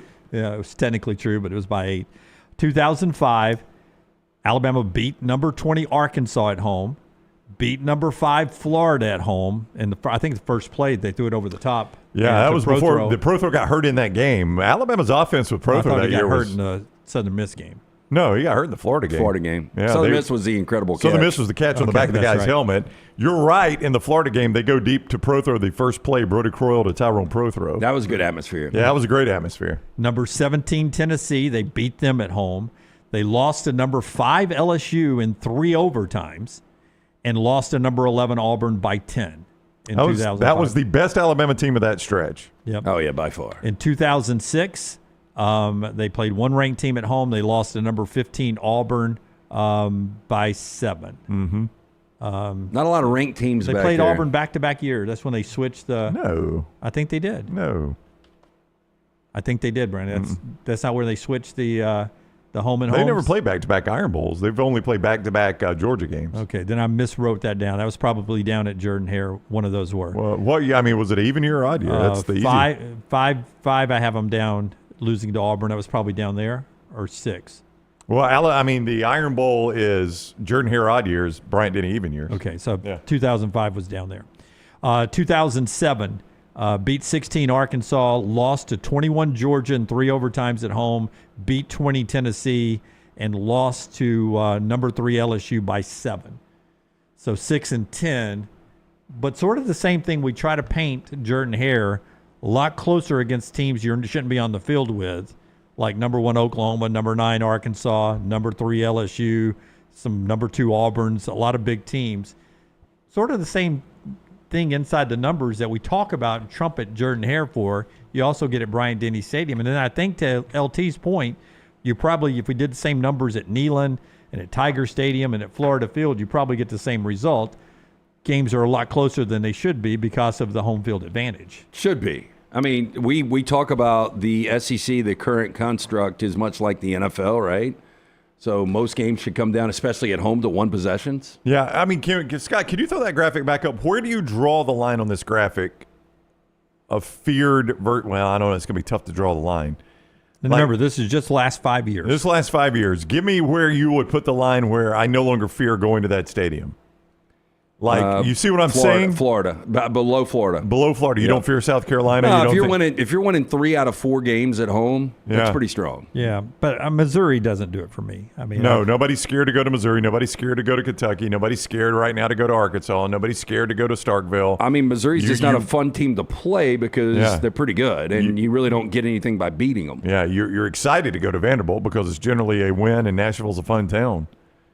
Mississippi State's just a bad team right now. I always tell you that's an underrated atmosphere, at least when I'm there when Alabama is in town.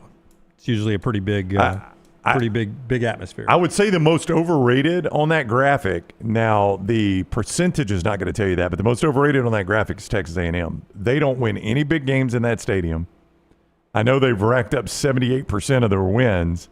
Great stadium, though, Brownie. But it may be. I've never been. Atmosphere. But they may have won 78%, but the 22% they lost were the big games. Yeah. That was all the big games, except for the one they had over Alabama. That's about it. I'll try to do that tonight when I get more time, if I have time tonight, to run through the A&M last 5 years, the ranked games, see what they are versus real quick, ranked worst opponents. team in the NFL last year was? I can't remember. Well, we'd say the Titans just because they were 3-14 and they had the number 1 They'd have the number 1 pick, yeah. So they played 8 home games, 8-9, it goes back and forth. Of the 8 home games, they were only 1-7. But only one of the 8 games was decided by 11 or more. So all these games were 1-possession games. I feel like that's almost every NFL game. Yeah, but I'm just saying that's kind of. Do you not agree? In the SEC, outside of Vanderbilt, when you're at home, you shouldn't lose games by double digits. I would agree. I mean, it's a testament to how bad your program is if you're losing games by double digits. One of the biggest changes in college football could be the calendar. We'll talk about that coming up in the next segment, and also the biggest holdup in our college football playoffs and a lot more of the selection process. All that's still to come when we talk college football. Before we do that, though, let's get to 4 Downs, brought to you in part today by our friends at Twin Peaks and our friends at Way to Wellness. Tell us about Twin Peaks first. Twin Peaks, great place to go watch Game 6, watch Oak City win their first ever championship. You can do it at all those great locations at Twin Peaks. Enjoy the 29-degree drafts. Twin Peak girls running around, incredible bar food there, fantastic burgers, and don't forget about the happy hour. No one does it like Twin Peaks. Whatever your preference, they've got everything from the tequila cocktails, extensive bourbon category, to top-shelf spirits and cocktails served over the ice balls, local craft beers, handcrafted whiskey cocktails. Round out that adventurous drink menu, second to none. And again, those 29-degree drafts, you see them right there in 3D. Twin Peak girls running around. Game 6 tonight, NBA Finals. Check it out. I don't really love her hair, to be honest with you. Did she have hair? I'm just saying. Let it go, Let it Scott. cycle around. You don't love her hair? No. What's wrong with it? I don't. It's a little flat, and I don't really love right down the middle parts. A little flat and a right down the middle part. Yeah. Yeah. Dunaway is the strangest man I know. You really are, Jim. Not a lot of people make it to the hair. Our friends at Way to Wellness, your journey to healthy living. Planforme.com, planforme.com. Drop some weight, get healthier when it comes to cholesterol numbers and things like that with a variety of different ways with Leslie and her board-certified team of planforme.com. No contracts, no sign-up fees, and that first consultation is free. A variety of different ways to lose weight and get healthier, whether it's meal replacement, whether it's protein bars for snacks, injection therapy. If you want to go that route, there's a variety of other ways to do it. It's all right there with board-certified professionals and never a cookie-cutter plan. Everything designed specifically for you. Planforme.com, planforme.com. It's Way to Wellness, your journey to healthy living. If you showed that video to 100 people, do you think anybody would say her hair is too flat? Yes, and I don't like middle parts. Well, this is also the same person that doesn't think Sydney Sweeney's attractive. That's true. I didn't say she wasn't attractive. I just said y'all make too big of a deal about her. Some people make too big of a deal about everything. How old is Sydney Sweeney now? I would say Sydney Sweeney's 26, 27. 27. I could go to an SEC stadium on any given Saturday and find 5 people better looking than Sydney Sweeney. This is what you said about the radio days. Over Britney Spears. You weren't with us in the radio days, but that was Britney Spears at that time, and I could easily go. I remember that differently. No, it wasn't Britney Spears all time. I think you were talking about prime Britney Spears, saying that was overrated. You did say prime Britney Spears was overrated because I saw her at the Daytona 500 in her prime, as close to me as Lance was, and she's not as pretty in person as she was on television. And that's what you said. Or in photographs. You've seen some of these girls at Floribama, right? Yeah, I'm just telling you, personalities go a long way with me. Let's do first down. First down. The rapper Macklemore turns 42 today. I cannot believe this guy's making the list. I can't believe he is either, but there wasn't a whole lot of celebrity birthdays that I liked on there. But what's your favorite yard sale find or thrift store find? So my daughter loves going to the thrift store to find different, like, old T-shirts and hoodies and things like that. I've never really done that. I did tell the story of at we used to call them garage sales in our neighborhood. They're estate sales in the uppity. But the garage sale, I found a old machete as a kid. I bought it for like $3. That awesome. Shouldn't be legal. It probably shouldn't be. And like literally, I was like a 9-year-old buying a machete, pulling out some $1 bills out of my sock and paying for it. And they gave it to him. They gave it to me. Without a background check. Sheet. with an old olive green military sheet. Yeah. Well, you got to have that. Otherwise, it's just not safe. That's right. Yes.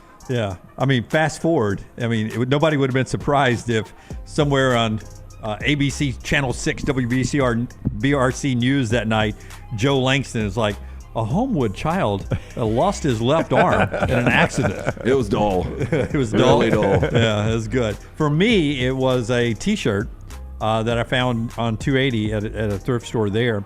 A Splash Brothers T-shirt. It's baby blue. I've worn it before. I don't know if I've worn it on this platform. And it's got a character drawing head of Steph Curry and Klay Thompson, Splash Brothers. And I think I paid $3 for it. I think we are all fans of Viore shorts. They do a good casual short. We all wear them up here. They do. I like the board short because you can wear it as a casual short, but you can also swim in it. Yeah, and my wife from, I think, the same thrift store Dunaway is talking about, brought home a pair one day with the tags still on them. Like a brand new pair. I don't know how they ended up, like if they accidentally ended up in somebody's shipment or whatever to the thrift store. I mean, literally the new tags on them. Yeah, I think it's a $68 or $78 pair of shorts. What you get them for? Oh, I think like $10. I'll tell you, Donnie. Good pair of shorts too. The Dunaway home, occasionally, when we go through cleaning out the garage, we'll come across pieces of clothing and/or shoes that have price tags on them occasionally. Yes. Apparently somebody. My theory was, woman catches husband doing something she doesn't want, cleans everything of his out, sends it to Vapor, and this one just happened to still have the tags on it. Husband hadn't gotten around to wearing these yet. That's probably a pretty good call. Do y'all have a catch-all drawer in your kitchen? Yeah, everybody does. I cleaned that out yesterday. What'd you find? I hate it, but dead body. 3 uncashed checks.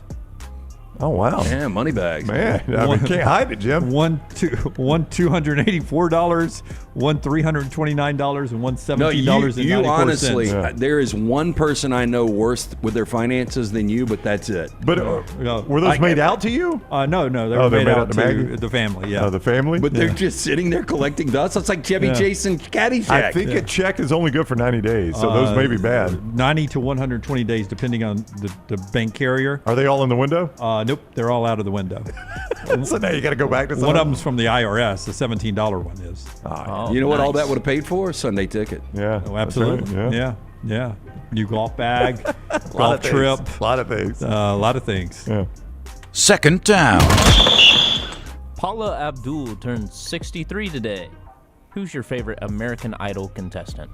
Tyler, you don't know this about me, but seasons 1 through 6, I was all in. And when they would get down to the final 12, I could tell you who the winner was going to be. The only time I missed was season 5 with Taylor Hicks. Yeah, you thought Catherine. I thought Catherine McPhee was going to win it, and somebody pointed out she had cankles, and I think that killed her. Oh, gosh, you're about to cross over here. I would go Ruben Studdard, though. I thought it was so cool when he was wearing the 205 when that show was only in its second year and representing Birmingham, and just what a big deal it was.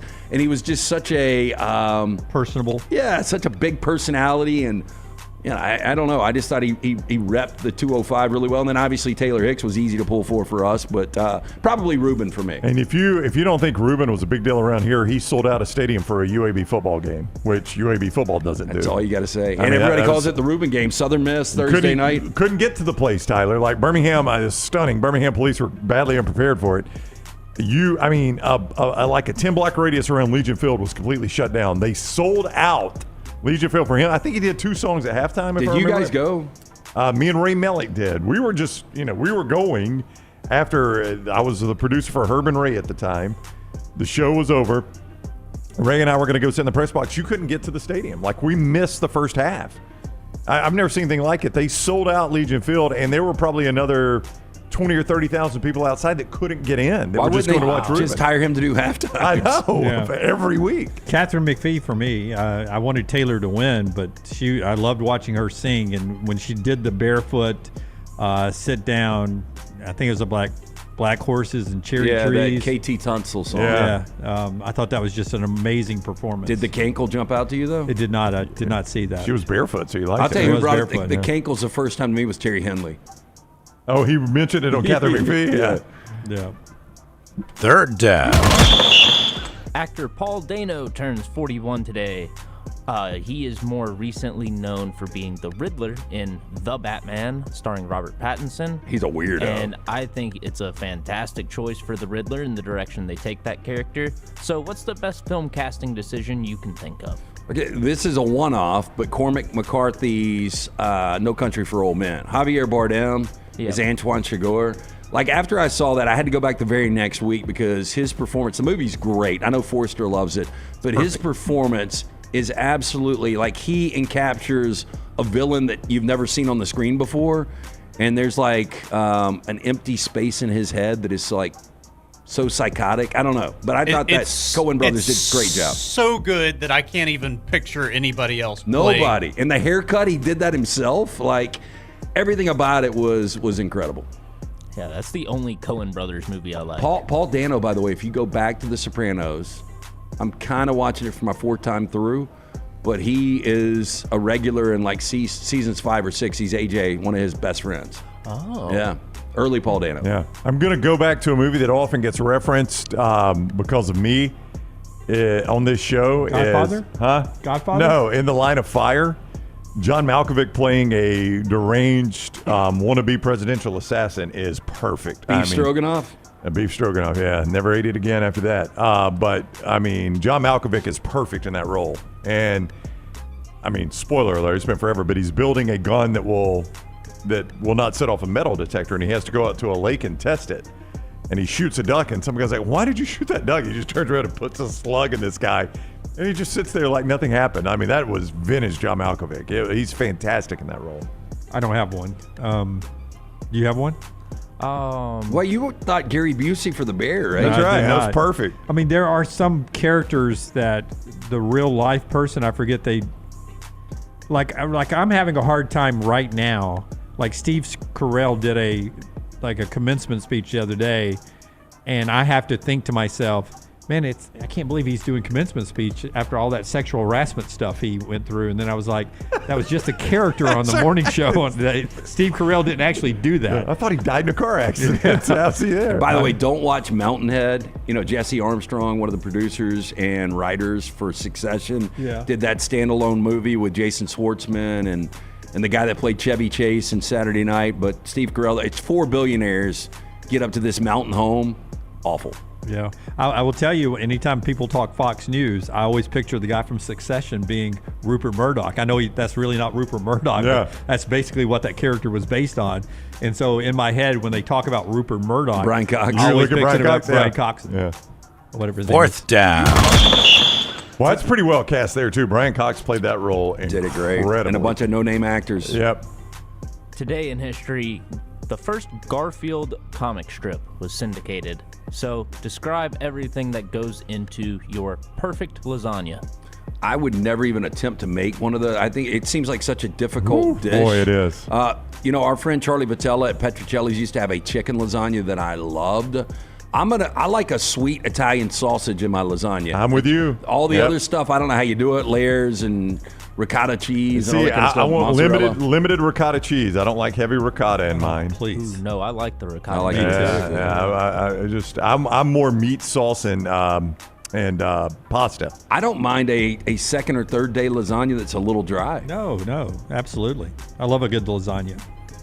Got a place close by I've been going to a lot lately. Oh, really? Yeah. Oh, so I don't lose too much weight. I need to hear this. Yeah, I need to hear that. I You haven't got had a good lasagna in a while. Yeah. I've been going to a place for lunch occasionally that has some I thought you were really going to say good that. pasta deals. Yep. Hey, show me. Is that the go-to there? I like the penne pasta with just the red I always meat thought sauce. their pizza's too greasy. You know what I get them to do? I get them to Hold burn the it. grease? Get them to burn it. Burn it. That's I one way used to do it. I used to eat at that place, not at that location. There was a different one, but I mean, I'm telling you, man, the smell of cooked garlic smells like an electrical fire to me. I know that's a weird thing, but when I would walk in that place, that's all I could smell. If the weather was nice enough, I would eat it and sit outside, but it was hard for me to go in there, and I would feel like the rest of the day, it's all I could smell in my shirt. So did you have to shower twice, like you were Innisfree? Like I was at Innisfree on Irish. And I don't say St. this. Patrick's Day. I don't say this often, but Irish Day. The portions are almost too big. Lasagna always is. Like I don't stop eating. And so whatever the portion is, I eat it until it is done. Yeah, so like there's another place that serves it in the iron skillet, and it's such a massive portion, but the taste, it's just gluttonous. It's just like I can't don't stop. want any more. I know I'm going to be absolutely miserable because this thing's going to expand, but it's too good. And I eat all the garlic bread.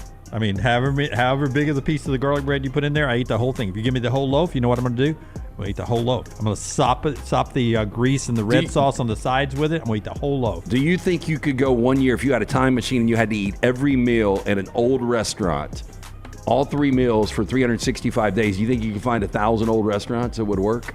I don't understand your question. In the history of my life, Yeah, like that I used to go to. Like today lunch is Petrocelli's, but that's X'd off the list. Yeah. You can go to Cabana Cafe tonight for dinner. Tomorrow night, Baby Doe's. You remember the Florida Grill down by the radio station? we used My to go old to? man. I didn't know this until a couple of waitresses there that I knew. They're like, your old man comes in here a lot.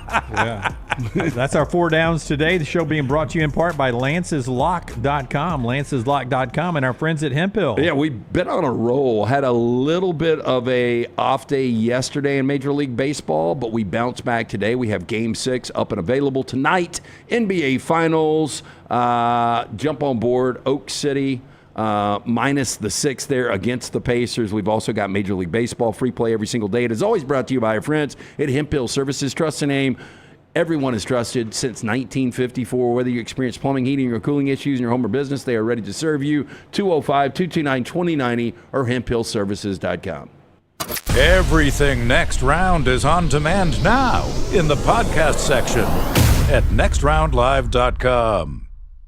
I'm attorney Alexander Shunnarah, Alabama-born, Alabama-raised, and ready to fight for your rights. I have one of the largest firms in Alabama, and we are here to help you get the compensation you deserve. Call me, Alabama, 323-1000. No representation is made that the quality of legal services being performed is greater than those of other lawyers. Remember the name Way to Wellness if you're battling weight loss in your life. I'm Jim Dunaway from The Next Round. There was a time I was over 216 pounds until Way to Wellness helped me lose 45 pounds, and now for over 2 years, they've helped me keep that weight off. Here's their website, aplanforme.com, aplanforme.com. That's a great name for a website because there's no cookie-cutter plan. Everything is designed specifically for you. No contract, no sign-up fees, and your first consultation is free at Way to Wellness. This hour of The Next Round is presented by the Birmingham Racecourse Casino, now featuring 7 days of giveaways with your chance to win a share of up to $125,000. The more you visit the Birmingham Racecourse Casino, the more chances you have to win.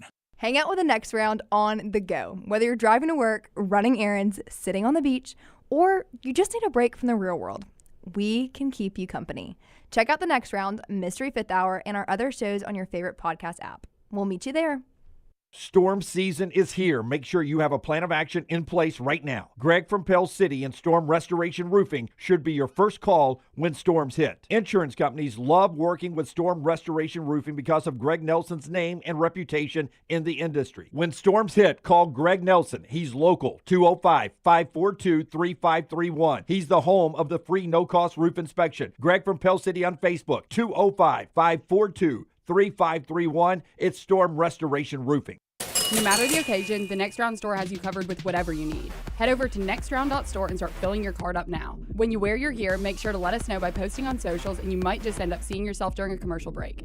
Go browse now at nextround.store and place your order before the break ends. Hey, there's nothing worse than waking up to a plumbing problem. Don't get caught in a flooded house. Call the guys at Hemphill Services. Adam, Chad, and the team at Hemphill are the only ones I trust to fix it and fix it right the first time. Hemphill Services does it right and always at a fair price. For all of your plumbing, cooling, and heating needs, trust the name that Birmingham has trusted since 1954. That is Hemphill Services. Call now, 205-229-2090. That's 205-229-2090. Hey, for all of your IT and printing needs, reach out to our friends at Xerox Business Solutions. Look, I'm still one of those old school guys. I print my notes every single day for the show. If you watch the show here on the Next Round, you see all the notes in front of me. From day one, Xerox Business Solutions, they've been with us here at the Next Round. Local for over 45 years. For all of your IT and printing needs, visit XeroxBusinessSolutions.com or call 205-969-3000. That's 205-969-3000. Twin Peaks is the best in the game. Here, you're in the red zone for every college rivalry and divisional matchup all season long. I mean, where else are the scenic views as good as your view of the game? Only at Twin Peaks, the #1 sports bar. It's bow time. Tired of choosing between sweet and savory? Why not have both? Introducing Bojangles' new chicken and bowberry waffles. The bold Cajun chicken filet you love, now drizzled with a bowberry honey glaze and sandwiched between two warm waffles. Which means your favorite meal of the day just met your new favorite dish. And lucky for you, it's served all day. But it's only here for a limited time, so try chicken and bowberry waffles at Bojangles today. It's bow time. I'm attorney Alexander Shunnarah, Alabama born, Alabama raised, and ready to fight for your rights. I have one of the largest firms in Alabama, and we are here to help you get the compensation you deserve. Call me, Alabama, 323-1000. Your representation is made that the quality of legal services being performed is greater than those of other lawyers.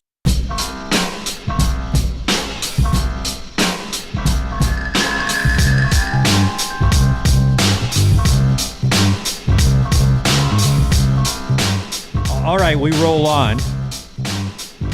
Jake Butt earlier talking Michigan with us. We've talked a little college football. We got more to come up in this segment. I think you'll find interesting. We're changing the college football calendar, it looks like. And if they pass these three things, one of them I've been calling for 20 years. If they pass these three things, this will be a big step forward in college football. I'll tell you what that is right after Brownie tells us about Bojangles. It can be bow time for you. You love a good dipping sauce. You know what goes great with a great dipping sauce? Great chicken tenders. You get them both right there at Bojangles. From sweet to heat, Bojangles has 7 sauces that add a little extra flavor to every bite. Nothing pairs better with those sauces than the hand-breaded tenders. So if you're looking for sweet, try honey mustard. You want to add some tang, try barbecue. You want some heat, creamy buffalo or peach honey pepper. And if you want smooth and creamy, the house-made ranch, jalapeno ranch, classic Bo sauce ready and waiting.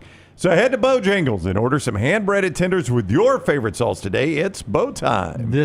They hope to have it ready before the 2026 season. These are the 3 suggestions to correct the calendar that the Power 4 commissioners are working on to make it a rule in college football.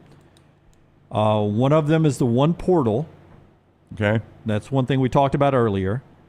The other one is what I wanted way back in the day, the summer signing period, that your signing day could be in the summer before your senior year. All these verbal commitments we're hearing right now, you can go ahead and just sign. All right. Maybe you don't even have to have a day.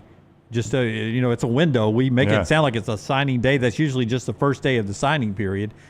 Just you can sign in the summer before your senior year. Go ahead and get your name on the signature on the contract, on your NIL deal, whatever it's going to be, your rev share deal. Do that before you play your senior year. I really don't understand why we have any window, why it's not a 365-day window. Perhaps someone could explain that to me. Yeah, but if I want to sign, I can go ahead and sign anytime. It would seem like once I reach an eligible age or whatever to sign, I can sign anytime I want to. Yeah, at the conclusion of your junior year, whatever it is, I should be able to sign anytime. I've never really understood that model to begin with. I agree. I mean, I guess there's a reason. But your signature is binding at that point. That's right. Yeah, once you sign, you're signed. It's a signed contract. Yeah, but if you give a verbal no contact, I know people are still going to reach out. But but once I sign, once you sign, you're signed. Yeah, there's no reason to reach out anymore. No, but I'm getting out saying, of it. like, if you're not 100%, if you think that you can actually do a little bit better, let's say you're getting recruited by Penn State and Auburn, but you want to go Ohio State or Alabama. No, but you think you can play your way into that? Yeah, there's a gamble to it. I'm not saying there's not a gamble, but also the other side of that, Lance, is if it's the summer before my senior year, it could go the other way. And I know 100% I want to go to LSU, and I sign with LSU, and I blow out my ACL. LSU's on the hook for that deal, you know? That's right. I'm part of their rep share for there's at least a year. There's no LSU coming back to me saying, hey, we found somebody else at your position. Yeah, like example, our buddy Cole Kubelik, his first game his senior year, I think it was the ACL he tore. You know, this is at Homewood. He was a dominant defensive lineman. He wasn't even playing offensive line, but I think Florida had given him a couple of verbal offers. I think he was leaning Florida,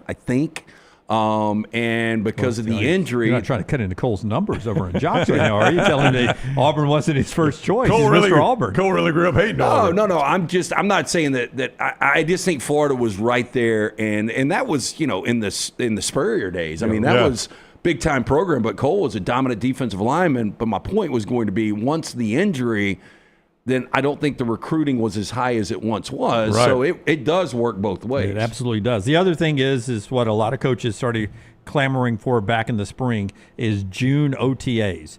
Get rid of the spring practice window and have different OTAs in the spring, in the summer, in June. Then you come back for camp like they do in the NFL. A lot of colleges want to do that. That is on the agenda from the 4 power conferences to work towards maybe starting when we do the new playoffs and everything in 2026. I love all 3 of those. I do too, but the hour limitations, you always hear, I can't watch them. I've got an office where I can, wink, silly. I can check them out. Are we going to get a little more flexible on the hours? You get rid of that at that point. Yeah. Coaches can be out there doing any of the OTAs. Well, and look, I mean, spring games are dying either way, but if you're not going to have spring games, why do it in the spring? Why is the spring magical? To me, it would seem like the closer you can get to the season to do it, the better it is. Just like now, we just finished one. You'll have a spring OTAs, right. You have a June OTA, and then you start to camp in July. And you know what we're going to have? We're going to have a players association that's like, you know what, we can only practice 20 hours here, and 10 hours there. Only so many of them in full pads. Everything else got to be in shells or whatever. Yeah. A couple of other things before we continue to move on here with college football, but I want to get this from the NFL. The Stallions kicker, remember the thicker kicker from Missouri, Harrison Mevis? Mevis. Harrison Mevis. He has signed a contract with the New York Jets. 6 foot, flat 6 foot, which means he's 5'11 and a half. He's built like a square. 242 pounds. Yeah, I mean, literally, his size, you talk about pair bodies and V bodies and all that. He was a square. Great year kicking for the Stallions, now going with the Jets. The Ravens pick up Jair Alexander. Last 2 years he's been injured, but he's a 7-time Pro Bowler. When he's healthy, man, helps that Ravens secondary. When he was in his prime at Green Bay, you could make the argument. Stingley Jr. is one of those guys. Jalen Ramsey was for a while, but he was viewed as one of the top 2 or 3 cornerbacks in all of football. Yeah. So, this is just one of these, rejuvenating the career a little bit. He's a little long in the tooth for a corner, but he's still really good. He didn't want to take a pay cut. I mean, that was basically what got him out of Green Bay, is they looked at what you just said, and they're like, we're going to need you to take a pay cut. And he goes, I'll tell you what, I'll play elsewhere. And, I mean, we'll see if it worked out. I mean, that's not a bad landing spot, right? No, if you're leaving Green Bay to go there. Shador Sanders arrested at Tuesday morning, 12:24 a.m. Not arrested, got a speeding ticket. Arrested was incorrect. Got a speeding ticket. Pretty big difference. 101 mile per hour and a 60 mile per hour. He wasn't driving that car that he said it wasn't his when they pulled it off. Okay. He was driving a 2025 Ram TRX. his girlfriend was following him at 90 miles per hour. Did she get popped too? I don't think she did. Maybe she did. I don't know. I didn't see that in part of the story.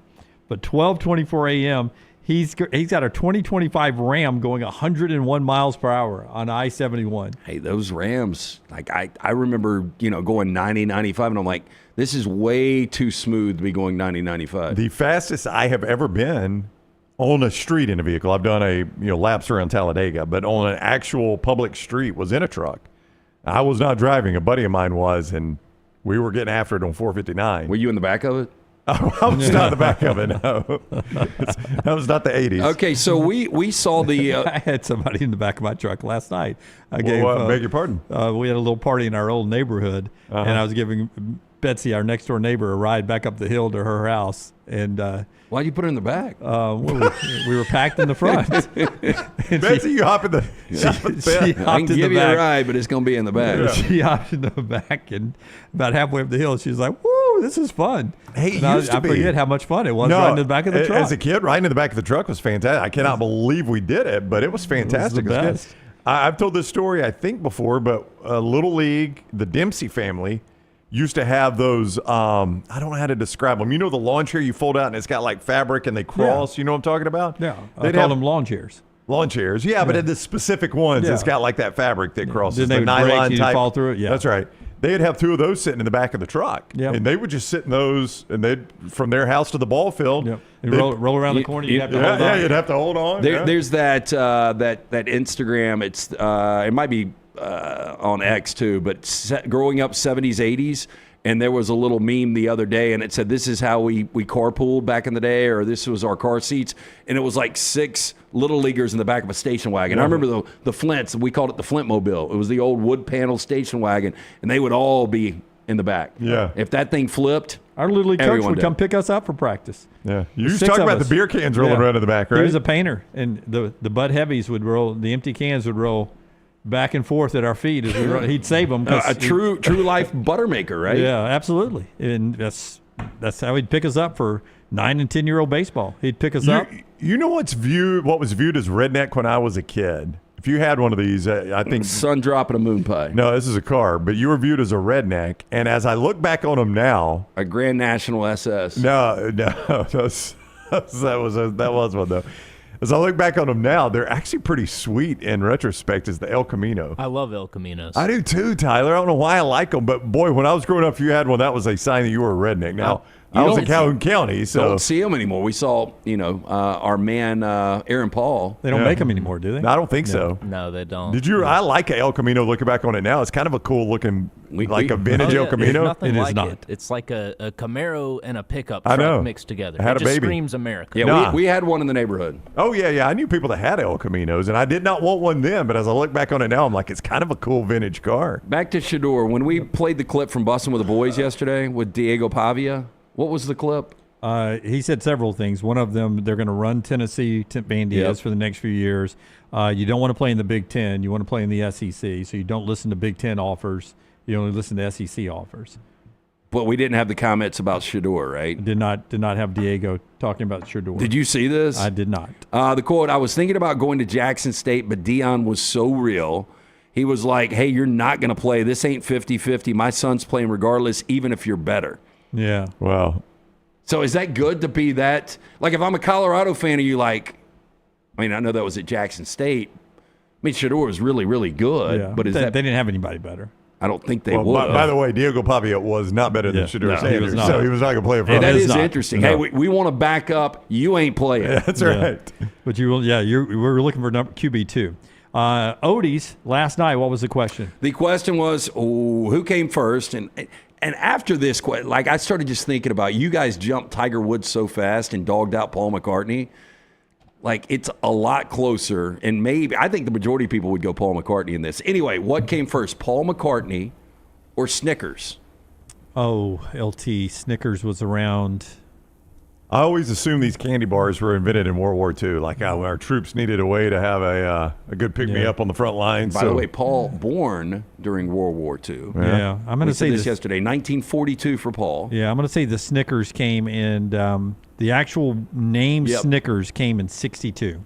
was actually 1930. Yeah, those things are old. Yeah, Snickers been around a minute. That's These great. are little factoids you learn at Odie's Team Trivia. Stop in every Wednesday, the original location in Crestline. But if you're just looking for a place to hang out, have a great meal tonight, watch Game 6, NBA Finals, go see Will Haver and that great staff from the award-winning wings, great burgers, fantastic sandwiches, ice-cold beer buckets full of the Bud Light. Birmingham Institution, 2 locations, the original Crestline, newest location, Edgewood. It's Odie's Tavern. And our friends at New Life Art, the great opportunity to get a piece of artwork that if you're an Alabama fan, that can live forever in your sports rooms. DanielMooreArt.com, DanielMooreArt.com, promo code TNR. That includes the buzzer beater. If you're a big Bama basketball fan, want to celebrate the Mark Sears era, how about him dropping that game winner in overtime down at Neville Arena? That's part of the buzzer beater collection there at DanielMooreArt.com, DanielMooreArt.com, promo code TNR. Go check out all the great works over the years. Braves win last night. Chris Sale, 8 2/3 of an inning. He's 5-2 with a 1.23 ERA. Every 9 innings, he's averaging 11 strikeouts. He's pitching his butt off right now for the Braves. They beat the Mets again. They played tonight for the sweep at 6:15. You can get the pennant race coming up live today at 12:15. Tampa Bay rallies from 8 down. I got the Rays hat on today, celebrating them. They're only a game and a half behind the struggling Yankees, who lost again. Scored 2 runs, though. They did score finally. They did not set a new franchise record of going scoreless after going 29 innings scoreless. They do score, but the Yankees lose again. Amazing. The Dodgers win again. Chippy San Diego Padres Dodgers series as baseball continues down the stretch. And then we're ready for the College World Series Championship Series, which starts tomorrow night. Tyler, cut number 1 first. Coastal Carolina won yesterday against Louisville. They're back for the second time in the World Series Finals. They won it last time against LSU to be the World Series champions, the national champions in 2016. Kevin Schnall, the head coach, who led them through Plainsboro Park and over Auburn, has now led them to the finals again. And he talks about how some people are calling it an unbelievable run. He disagrees with it. To do what we did today versus that team, as well coached as that team is really amazing. You know, the Shunnarah are one of 2 teams in the entire country still playing. And it's incredible, but it's not unbelievable. It's incredible, but it's not unbelievable. And it's not unbelievable because we've got really good players. But the separator is these players are willing to drop I and me for we and us. And when you bring a group of people together with that mentality, this is what can happen. So back in the day, if you watch college baseball, it was not uncommon that a school that you know very little about or had never heard of could win big and make it to the College World Series. Pepperdine used to do it a good bit. Wichita State, UC Santa Barbara, Cal State Fullerton. I know I'm naming a lot of California schools, but they had a lot of good ones out there. But that was a different world then. That Did was you say Cal State Fullerton? I did. Cal State Fullerton. They were freaking. They were so good. Yeah, Augie Garrido. Yeah, they that's were dominant. Augie Garrido coached there and then went to Texas and was the legendary coach at Texas. But that was a different world of athletics. That was when that could happen. In this new world of athletics, what that program, and it's different coaches now. This is not the same coach that went last time. What that program has accomplished and sustained is pretty remarkable when you consider what their budget must be compared to an LSU or a Louisville who they just beat, or Arkansas, who was in the semifinals as well. What their budget must be, and to sustain that level of success is crazy. And the crazy thing is Coastal Carolina with a win, winning 2 of 3 against LSU, that's going to be their second World Series championship in 10 years. Florida State's never done it. Arkansas has never done it. Yeah, I mean, it's wild. Alabama, Auburn. Yeah, it's wild to consider what they've accomplished. Cut 3, Tyler. This is LSU head coach Jay Johnson. After that crazy come-from-behind win last night over Arkansas to get his team, a lot more pressure on this guy to win a championship, unlike the Coastal Carolina guy. Jay Johnson talking about what that meant for his program and his career. He's one of the best coaches in college baseball history, and I don't know that there's anybody or a program that I have more respect for. And, I mean, we played at Arizona when I was at Arizona twice, 2 really good competitive games, and you know, coming out here in 21, it was like it was a feeling like we have to try to catch these guys, and it just seems like we're always trying to do that, whether it's recruiting, on the field, the whole thing. And so, like, this honestly means more to me because of the respect that I have for them. It's not me, and I'm sure Coach Van Horn would tell you the same thing. It's the players executing. And what a game. I mean, I don't know if they do college baseball games or is ESPN Classic, is that like still around? Like, they should play that game on loop for a week. Yeah, it was an unbelievable baseball game last night. If you had a chance to watch it, and I know you guys were at Odie's when it was in the chaotic part of that, and I can imagine the crowd going crazy with every reaction. No, they did. It was when the kid booted the ball out in left field, it was a verbal – I don't even know how to describe it. It was like a mix between a cheer and that type thing that you get in a sports bar. Crazy. All right, one more hour to go here on the show, brought to you by our friends at Champy's World Famous Fried Chicken. They bring you Hour 3, which is coming up here in the 11 o'clock hour. Door is opening right now on Highway 119. Go by and see Sterling and the fine folks right there. Hand-cut chicken fingers, brined overnight, cooked to order. Champy's World Famous Fried Chicken, Mississippi Delta recipe tamales. It's a destination lunch location just off I-65, the Alabaster exit, on the way to or from the Gulf. Go by and see Champy's in Sterling, right on Highway 119 in Alabaster. Call the Next Round now at 205-734-0923.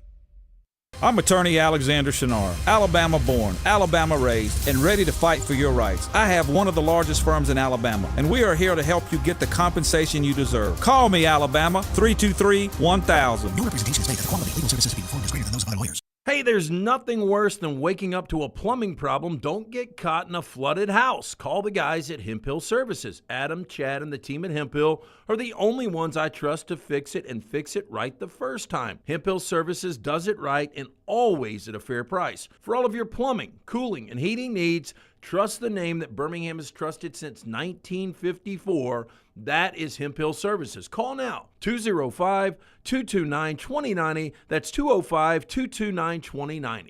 New Life Art is proud to announce Daniel A. Moore's upcoming Alabama basketball painting, Buzzer Beater. Closing out the regular season, Alabama and Auburn faced off in a top 10 matchup. With less than 1 second remaining in overtime and the game tied at 91, Mark Sears launched a 15-foot floater that sealed the Tide's victory. Visit DanielMooreArt.com and see the artist's preliminary sketch of this historic Bama win. And take advantage of special pre-production pricing for Buzzer Beater. The Double Down Media podcast family is live and full of content for all ages. The Mystery Fifth Hour gives the Next Round host a chance to talk about everything but sports. Pour a glass of Bama and bourbon, our weekly college football conversation, while sipping on some of the most interesting pours in the bourbon world. And in our Not For All Ages podcast, The Last Call, LT takes off the gloves for in-depth conversations with stars like Taylor Hicks, presented by Redmont Vodka. Find these podcasts and more by searching The Next Round on Apple, Spotify, and on our website, nextroundlive.com. Hey, you. Days warming up, looking like spring. And at New Balance Birmingham, we've got the thing. What pops and what's fresh? Check the selects. Come together at New Balance Birmingham on Highway 280, right next to Chick-fil-A. New Balance Birmingham, we got now. Storm season is here. Make sure you have a plan of action in place right now. Greg from Pell City and Storm Restoration Roofing should be your first call when storms hit. Insurance companies love working with Storm Restoration Roofing because of Greg Nelson's name and reputation in the industry. When storms hit, call Greg Nelson. He's local, 205-542-3531. He's the home of the free no-cost roof inspection. Greg from Pell City on Facebook, 205-542-3531. It's Storm Restoration Roofing. It's time to pull the trigger on the Next Round merch that you've been eyeing. We know there's a lot to choose from at nextround.store, so here's a few of our favorite picks. If you want to match LT and Brown, go with the TNR logo hoodie and throw in one of Dunaway's favorite hats. Any of them will do. The Backroom's go-to is the classic logo t-shirt, while my personal favorite is the light blue TNR crew neck. All of these items can be found at nextround.store and are EG approved. Rest assured, your order will be packed with lots of love from us here at the Next Round. Head over to nextround.store to start filling up your cart. It's bow time. Tired of choosing between sweet and savory? Why not have both? Introducing Bojangles' new chicken and bowberry waffles, The bold Cajun chicken filet you love, now drizzled with a Bowberry honey glaze and sandwiched between 2 warm waffles. Which means your favorite meal of the day just met your new favorite dish. And lucky for you, it's served all day. But it's only here for a limited time, so try chicken and Bowberry waffles at Bojangles today. It's bow time. I'm attorney Alexander Shunnarah, Alabama born, Alabama raised, and ready to fight for your rights. I have one of the largest firms in Alabama, and we are here to help you get the compensation you deserve. Call me, Alabama, 323-1000. No representation is made that the quality of legal services being performed is greater than those of other lawyers. Jim Dunaway, Lance Taylor, Ryan Brown. Live from the Birmingham Racecourse Casino Studios, the next round, presented by Bud Light, is on now.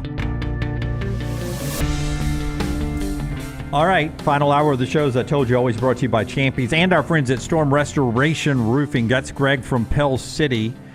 Go by and let Greg, don't go by, call him, text him on his phone number. It's his cell number, 205-542-3531. You got to love a businessman that puts his cell number out there like Greg does, 205-542-3531. You can text him or you can call him to schedule that free no-cost roof inspection. Check him out on Facebook as well. Contact him through Facebook, Greg from Pell City.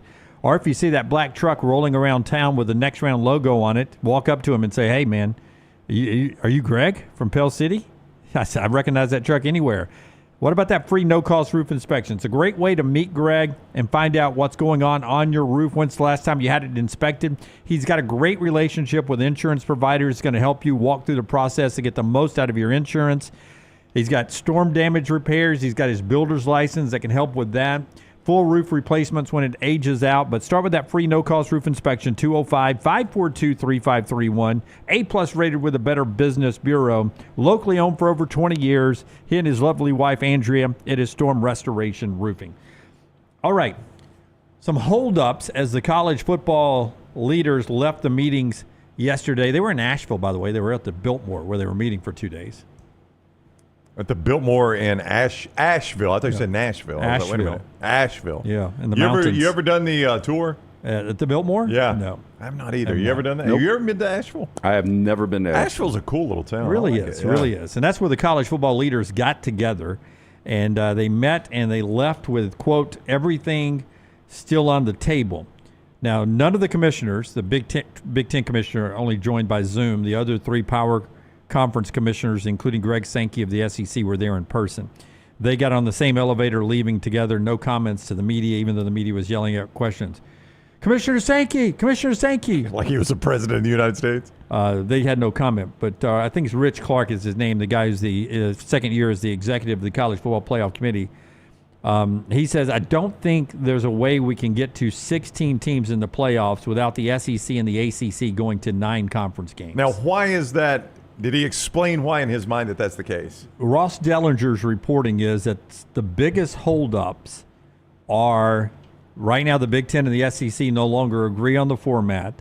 The Big Ten wants the automatic qualifiers that the SEC wanted for a while. Okay. Now the SEC wants the 5 plus 11 at larges. The Big Ten wants the 4-4-2-2-1-1 model.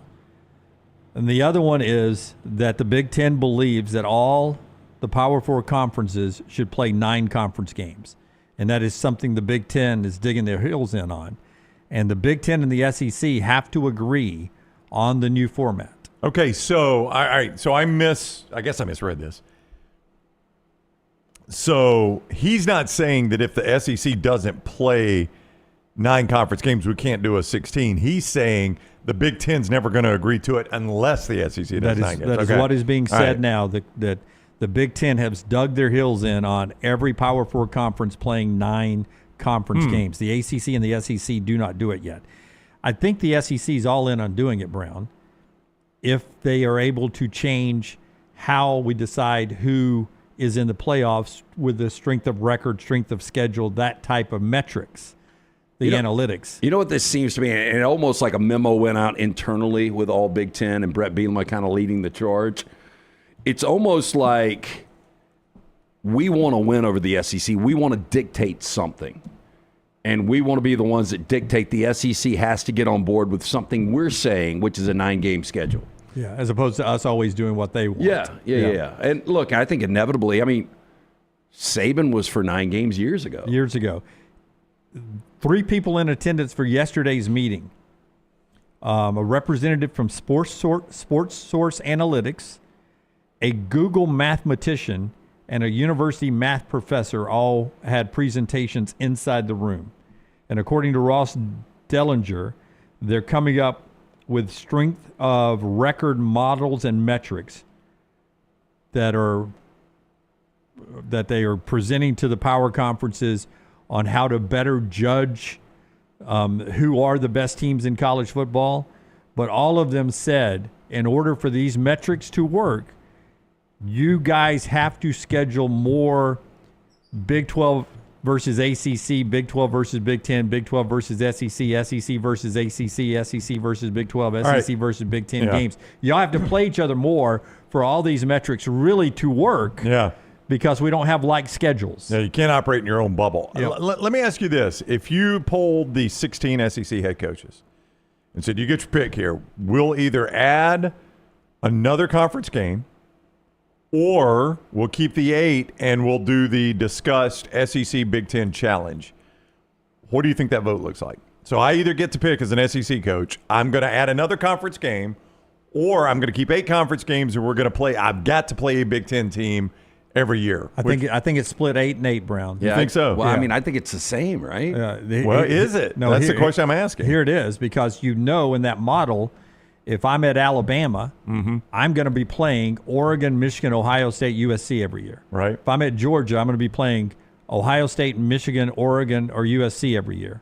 If I'm at Mississippi State, I'm going to be playing Northwestern. I'm going to be playing Rutgers every year. And I would rather play the Big 10 game than that 9th SEC game. If I'm at the top, if I'm Alabama, Georgia, the cream of the I'd rather play the SEC because I might get Vandy or State. I'm not playing another game against Texas. I'm playing against Mississippi State or Vandy or somebody like that. I'm not going to be playing the bottom of the Big 10. How do you know for sure they're going to just schedule those more key matchups? Because they're going to be made for TV games. Yeah, I mean, I'm with Jim. I think more often than not, you're going to see the top half play the top half. It's just like the ACC SEC basketball challenge. That's what I was going to bring up. It does seem like that kind of fluctuates a little bit. Yeah, but North Carolina's not going to roll in ever and play Vanderbilt in Nashville. But when it was the SEC Big 12, I felt like we got Kentucky, Kansas every single year. Yeah, because every year was Kentucky, Kansas. Yeah. Absolutely. The TV partners would demand I would tend to agree with you. I don't think they're ever going to say, okay, Vandy, you've got your road trip to Ohio State. I think that's always going to be Alabama, Texas, LSU, your top programs are always going to be playing Ohio State and Michigan. I just gave you Ross Dellinger, who's one of the best college football reporters there is out there. I don't know who T-Mart12 is on Reddit. T-Mart? T, capital T, M-A-R-T 12. T-Mart12. All right. I feel like he's a Georgia guy, to be honest with you, but I don't follow him on Reddit. But college football Reddit is where I get this. He says, why don't we not just go to what we do in basketball and do it for college football? Quad 1, Quad 2, Quad 3, Quad 4 wins. And he did the numbers on last year's schedule. Quad 1 wins would be 1 to 15 in the rankings at home, 1 to 20 at neutral site, 1 to 25 away from home. Then you go down to Quad 2, Quad 3, Quad 4. Here is last year's ending regular season college football rankings using the quad system like they do in college basketball. Oregon, Georgia, Texas, Ohio State, Penn State, Notre Dame, Tennessee, Alabama, Indiana, South Carolina, SMU, Arizona State, Miami, Ole Miss, BYU, Boise State, LSU, Clemson, down the list. Clemson would have gotten in because they were automatic, because they won the ACC, but by the metrics, usually the quad system and replacing, the Sagarin or whatever what's the big basketball one we use all the time? KenPom. The KenPom with the Colley rankings, whatever the equivalent of that is in football. Boise State actually had a better resume than Clemson did. That's not surprising. Clemson was 7-0 in quad 4 games, and Boise State's resume was better. Alabama would have made the playoffs last year because they were 2-2 in quad 1 games, and they were 4-1 in quad 2 games, the one loss being at Oklahoma. Oh, and they were better than SMU. Yeah. On top of all that. SMU would have been out. South Carolina and Ole Miss would have still been out. Miami would have still been out. Alabama would have been the only one that would have been different, higher rated than Indiana would have been, using the basketball system. Why not go to a basketball system with quad 1, 2, 3, and 4 wins? I really don't think it's necessary. Like, I mean, maybe it's the same thing, but I just go back to the BCS. The BCS, there was a lot of hand-wringing about it. I think the BCS got it right more often than not, far more often than not, in fact. Like, what were the controversial years in the BCS? Alabama, Oklahoma State, right? 2011. In 2011, that was a controversial year. Like, I don't. 2000. So when TCU and Baylor. That was college football playoff. That was the first year in 2014. Yeah, but that was. Yeah. I mean, we didn't put to bed any sort of controversy. The very first year of the college football playoff, we had a massive controversy. Yeah, Auburn fans are going to try to say 2004, but it never was a controversy. You've always maintained USC walks whoever they play off the field. And USC and Oklahoma were 1 and 2 the entire year. Auburn played a tougher schedule, but sure. I mean, it wouldn't have mattered. Yeah, you say that. It wouldn't have mattered. Wouldn't have mattered when Vince Young rolled into the Rose Bowl to play. But there again, a little different. That Texas team was dominant. Ask our boy Joel Klatt about it, and they had one of the best players of all time. They weren't dominant. That year in 2004, Auburn was dominant. I wouldn't say dominant. They were really good. Obviously, they were undefeated. We mentioned it earlier. Little coaching mismatch too. Little quarterback mismatch. Pete Carroll versus Tommy Tuberville. Oh my gosh. But that, all that aside, is that was good enough. And Jason Campbell started more games than Matt Leinart did in the NFL. Yeah, look, Jason Campbell. I should not say anything. He was a really, really good quarterback. I'm just talking about in college, it wasn't close. The BCS was trying to identify 2 teams. If we let the BCS just identify 12 teams or 16 teams, just go back to that. Yeah, I got no problem with it. I mean, it was fine. I think computers are better than humans. I mean, as far as when it comes to deciding that stuff, a lot of times. I mean, the humans they never really got the BCS wrong. Yeah, the humans have to tell the computers what to think, but once you've done that. Because even back in 2011, the controversy was Oak State or Alabama. Alabama whipped the dog shit out of LSU. LSU would have beaten Oak State, I believe. Oh, I would agree with remember, you. the BCS had 2 human polls in it. It did, when you can do that now. The college basketball doesn't take into consideration any of the human polls. It's all metrics. Yeah, and you could do the same thing right now. Now, the Associated Press, by their policy, will not allow their poll to be used. So you want to use the human polls? Oh, sure. Yeah, I mean, make it part of it. Why not? I mean, you got a cross-section like the Harris, I think, had 144 voters, did it not? So you've got a good cross-section. You've got enough voters to weed out, somebody that's doing something stupid. Just let the computers are going to balance it out. Yep. So you would trust just handing it over to all computers. Both of you would. I would, yeah. Just the metrics like we do in basketball. I think when you get to 12 or 16 teams, that's fine. I mean, if you're doing that for 2 teams, boy, it could get, too close. But again, like if Alabama had gotten in last year, it was a gift after what happened in Norman, Oklahoma. Like, I think when we get to 16 teams, South Carolina had a really good argument, but they also had a loss to Ole Miss where they got run off the field. Ole Miss had a good argument. They also had a loss to Kentucky and at Florida. Miami had a good argument. They also lost a game against Syracuse that was a make-or-break game. But, like, you get down there and you're like, you have left the door open yourself. If you get left out, it's because you left the door open yourself. So that I've got less of an issue with that. If you're determining between 2 and 3, like Oak State did leave the door open, but Alabama also lost a game that year too. So, you've got an equal argument there. Yeah. By the way, the College Football Playoff Committee did decide that you will have to have an availability report for this year's college football playoffs. That was not a case last year. The SEC and the Big Ten's been doing it. So a couple of times during the week and then 90 minutes before kickoff, players who are out, questionable, probable, and healthy, I guess. Yeah. Are your choices. I like the availability report. I do too. I mean, the SEC used it this year. I don't know that there was ever any massive breaking news on that thing. And the Big Ten used it last year as well. All right. We got some more to get to in this segment. The show being brought to you by our friends at New York Butcher Shop. Tell us about New York Butcher. New York Butcher Shop, great place to just stop in from the hand-cut meats right there, from the steaks, the chicken, the ribs, the fantastic meatballs that I picked up the other night for a pasta dish. They've got prepared meals as well, desserts, fantastic selection of fine wines as well. 2 locations, the original in Cahaba Heights, newest location, Highway 119 in Greystone. Don't forget about the Boston Butt Sale coming up this 4th of July. Very simple. Our man Jim there, you can pre-order right now. These things are fully cooked. They're hickory smoked, $42.99 each, available for pickup the 2nd, 3rd, and 4th. Reserve yours today from our friends at the New York Butcher Shop. All right, LT brought this to the show yesterday, and I didn't have a chance to get to it, but I want to get to it now. Unbreakable records in college football. Alex Scarborough did Alabama records at Bama 247 earlier this week, but this is Chris Lowe, and he's doing it for all of college football. And it's the 10 most unbreakable records in college football.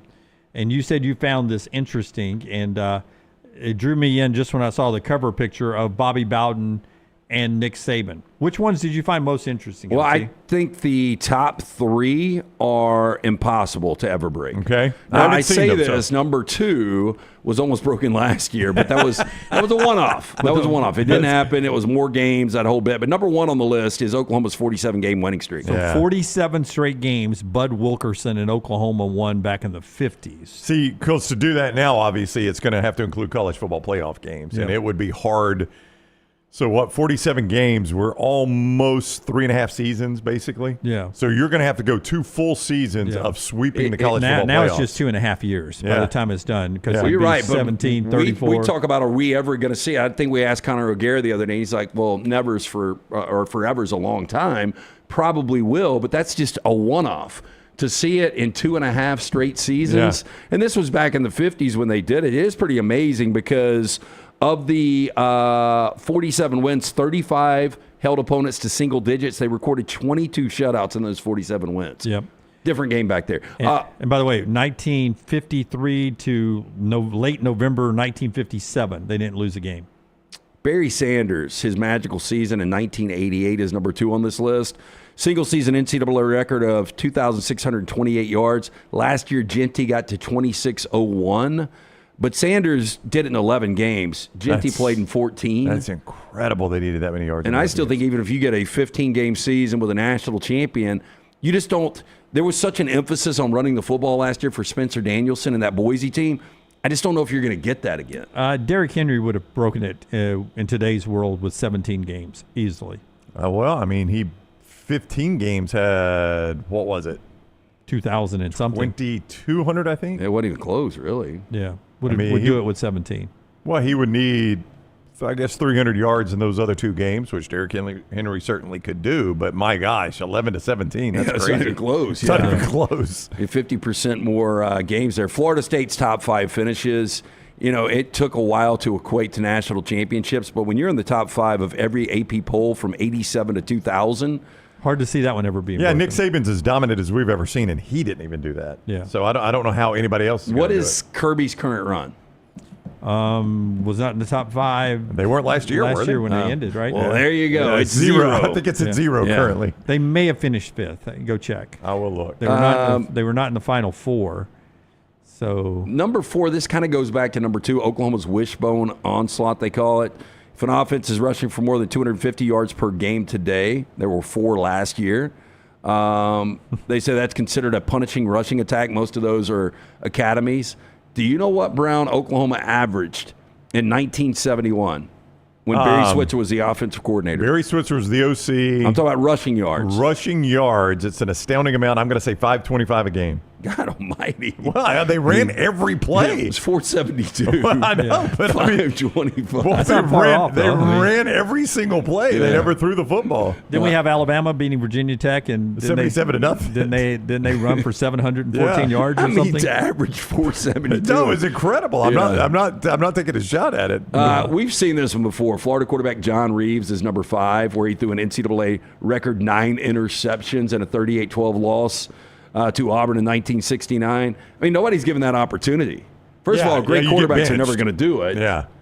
But 9 interceptions? Yeah, I felt like we were trying to make a point to John Reeves. He just left him out there to throw picks. Wouldn't you say the top 15, 20 quarterbacks in college football don't throw 9 in the entire season now? No. By the way, that was Florida's only loss in 1969. That's crazy when you think about that. That's what it says right here. Really? But Florida's only loss of the 1969 season was just one of those days. This one, I don't think will be broken. Derek Thomas is number 6. They call it his sack parade. 1988, he finished with 27 sacks, 39 tackles for loss. I mean, it was unblockable. Yeah. Not an official NCAA record because Terrell Suggs has that because they didn't start counting him until 2002. But in 2002, almost 25 years ago, that number was 24. Thomas only played in 11 games. 27 sacks in 11 games. I mean, dude was unblockable. You remember the Penn State game at Legion Field, I guess. Oh, yeah. What was that, 88, I believe it was? 89. No, it was 88. Yeah, it was 88. And I think Derek Thomas, I think he scored a safety. I mean, I think he was responsible for like all of Alabama's points somehow and had like 6 sacks. I mean, he just terrorized Penn State that day. Yeah, I'm never going to say this one's not going to get broken because, Power 4, maybe not, but Antonio Perkins for Oklahoma back in 2003 returned not 1, not 2, but 3 punts for touchdowns. That's almost impossible to do. He broke the NCAA record for punt return yards in a game, 277 punt return yards in a game. Who are they playing? Who are they playing in that? UCLA. 59-24 rout of UCLA and Norman. See, important to point out that it wasn't against, Tarleton State. Yeah. Yeah. Well, if you're UCLA, you fire the special teams coach that night, don't you? On the tarmac. It might have. So 84-yard punt return, 74-yard, 65-yard. That's getting it done. Yep.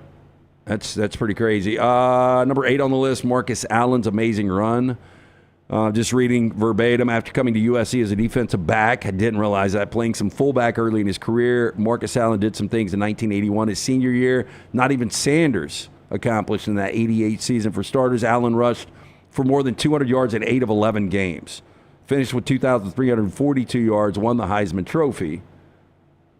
But he had 5 straight 200-yard games rushing. Jeez. That's a streak that still holds up 44 years later. Yeah, I would imagine. That's a good one. I like that one. Number 9, I love this. So Texas Tech and so Cliff Kingsbury. Somebody on this show doesn't think Pat Mahomes was any good in college. I didn't. Well, hey, he lost the game. Number 9 is Pat Mahomes' wizardry, they call it. Threw for 545 yards and 7 touchdowns, but they lost. No, excuse me. That was the 734 and 5 touchdowns when they lost to Oklahoma and Baker Mayfield. Crazy game that was. And then finally, number 10 is no upsetting Nick Saban. They go on to say, won a slew of games. Crimson Tide won 100 consecutive games against unranked foes. For Saban, went 14 years without losing a game to an unranked opponent. If I would have told you guys after that Louisiana Monroe loss in year 1, hey, this guy's going to run off 14 straight. Yes, he's got 100 more to go before. I mean, it was a remarkable run. I mean, just to never have that letdown. I mean, you see it every year in college football, a top team losing to an unranked team. He was it's common. 23-4 at Alabama against unranked teams. 123-4. Because he lost to that A&M team that was unranked. Johnny Manziel. No, they were ranked. No, he's talking about the one, Jimbo Fisher. I'm trying to remember the other. Monroe. Yep. There was probably another one that first year, I'm guessing. Was there an Auburn? Was an Auburn unranked? Auburn never beat them? No. I don't think so. Because his only losses to Auburn were in 07. That was a good Auburn team. The comeback in 10 was a great Auburn team. And 13 was a national championship team. 17 played for the SEC championship, and 19 was a 9-win team. Those are his losses. Those are all good Auburn teams. Yeah, it's pretty crazy. Before that loss to Jimbo Fisher, 24-0 against former assistants. I remember that was in the notes every week. Saban now going against another former assistant. He's 19-0. It took forever for one to catch him. Yeah. Those are pretty incredible, though. Read all about him. Chris Lowe there at ESPN.com. ESPN.com. Trash is part of the next segment coming up. The show being brought to you today by our friends at Hemp Hill Services. Whether it's heating or cooling or plumbing, they'll take care of you with our friends at Hemp Hill. Hard to stop a train, 205-229-2090. Adam, Chad, Andrew, the guys there. Trust the name Birmingham's trust since 1954 for all of your plumbing, heating, and cooling issues. Any of those arise in your home or business, they are ready to serve you. 205-229-2090 or hemphillservices.com. And, of course, our friends at Champy's Chicken down on Highway 119 in Alabaster, open for lunch. It's a destination chicken location. Comfort food, so good sometimes. And Champy's Chicken is not only good comfort food, but it's just great food in general. Sterling guarantees it. It's something he prides himself on. That's why he's been there for over a decade at the same location in Alabaster. Perfect for tailgating when football season gets here in just 65 days. But also, it is perfect for office meetings and parties and going to the beach or to the lake. Whatever you want to do, Champy's can help you with your catering. Go by there and see them or go online to champyschicken.com, Highway 119 in Alabaster. Follow LT on Twitter at @TheLanceTaylor. I'm attorney Alexander Shunnarah, Alabama born, Alabama raised, and ready to fight for your rights. I have one of the largest firms in Alabama, and we are here to help you get the compensation you deserve. Call me, Alabama, 323-1000. No representation is made that the quality of legal services being performed is greater than those of other lawyers. You could win a Cadillac CT5 or your share of $25,000 in free play and cash at Birmingham Racecourse Casino. The more you visit, the more chances you have to win. Play the latest, most exciting games around with fun bonuses and big jackpots. You can be a winner too. Come win your share during the Cadillac CT5 and $25,000 giveaway at Birmingham Racecourse Casino. Drawings April 5th and 6th. Located off I-459, exit 31, Derby Parkway. Must be 21 or older, must be present to win. Just because you've quit going to the gym, it doesn't mean that you have to quit gym altogether. Dunaway, that is. With our Next Round podcasts open 24/7, 365, you can access gym anytime you'd like. While you may have done away with your treadmill routine, our version of Dunaway is standing by ready to get you back to your absolute best. Find all that lovely Jimmy D-led content on Spotify, Apple Podcasts, Google Podcasts, and in the podcast section of nextroundlive.com. This message is sponsored by Jimmy Crypto Inc. and Jimmy Crypto for President. Twin Peaks is the best in the game. Here, you're in the red zone for every college rivalry and divisional matchup all season long. I mean, where else are the scenic views as good as your view of the game? Only at Twin Peaks, the #1 sports bar. Hey, there's nothing worse than waking up to a plumbing problem. Don't get caught in a flooded house. Call the guys at Hemp Hill Services. Adam, Chad, and the team at Hemp Hill are the only ones I trust to fix it and fix it right the first time. Hemp Hill Services does it right and always at a fair price. For all of your plumbing, cooling, and heating needs, trust the name that Birmingham has trusted since 1954. That is Hemp Hill Services. Call now, 205-229-2090. That's 205-229-2090. Hey friends, if you're looking to expand your business and inform the Next Round audience about your exciting brand, contact us at sales@nextroundlive.com to be part of the team and advertise your product to hundreds of thousands of potential consumers on our ever-expanding platform. Let the Next Round help take your business to the next level. Get more information by emailing us at sales@nextroundlive.com, and one of our team members will work with you to build a plan to take your business to the next level with the Next Round. Stop by the New York Butcher Shop and pick up the finest in certified Angus prime beef steaks and burgers, premium pork chops, ribs, and all-natural chicken cut to order just for you. Their chef-prepared entrees and side dishes are the perfect dinner-to-go choice for your family and are ready to heat at home. With a great selection of fine wines and desserts, the New York Butcher Shop is your one-stop dinner shop. 2 locations to serve you, Cahaba Heights and on Highway 119 in Greystone. The New York Butcher Shop, rare quality, well-done service. It's bow time. Tired of choosing between sweet and savory? Why not have both? Introducing Bojangles' new chicken and bowberry waffles. The bold Cajun chicken filet you love, now drizzled with a bowberry honey glaze and sandwiched between 2 warm waffles. Which means your favorite meal of the day just met your new favorite dish. And lucky for you, it's served all day. But it's only here for a limited time, so try chicken and bowberry waffles at Bojangles today. It's bow time. I'm attorney Alexander Shunnarah, Alabama born, Alabama raised, and ready to fight for your rights. I have one of the largest firms in Alabama, and we are here to help you get the compensation you deserve. Call me, Alabama, 323-1000. No representation is made that the quality of legal services being performed is greater than those of other lawyers.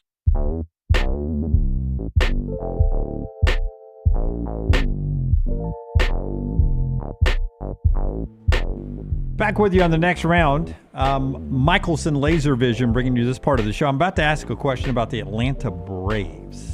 After you tell us about Michelson. Yeah. Hey, I didn't see this one. I just got to bring this up. Did you guys, Vanderbilt went the entire season in 1993 without a single touchdown pass? Do you guys remember that? I don't, but was that Jerry DiNardo running the option then? 93, I think that was DiNardo. Last FBS team to do so. I believe it. Commodore's only SEC win that season was 12-7 over Kentucky. They ran the I-bone option under DiNardo that attempted only 157 passes, no touchdowns, but 13 picks. And what was amazing was DiNardo parlayed minimum success there into the LSU job running that style of football. Yeah. Notre Dame assistant, right? Yep. Yeah. Vandy head coach. Vandy head coach, then LSU head coach, Tell us about Michaels. 205-969-8100. That is the number that I called back in 2003. Dr. Mark Michelson, true pioneer in the LASIK space, first to perform the procedure in the state of Alabama back in 1995. Make the call, ask for Amy.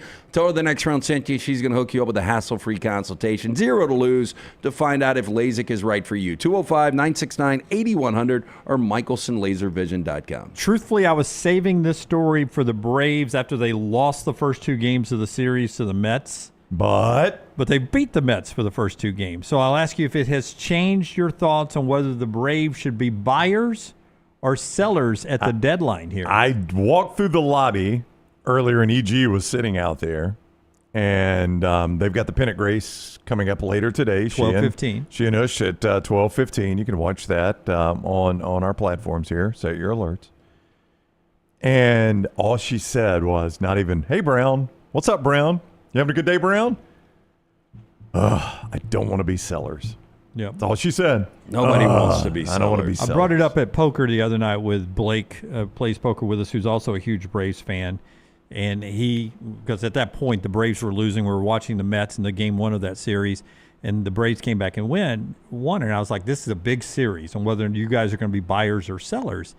And I was like, Chris Sell is who you would sell. Sell? If you end up being a seller, because everybody would want him, you would get a lot in return, and you're not going to be able to keep him.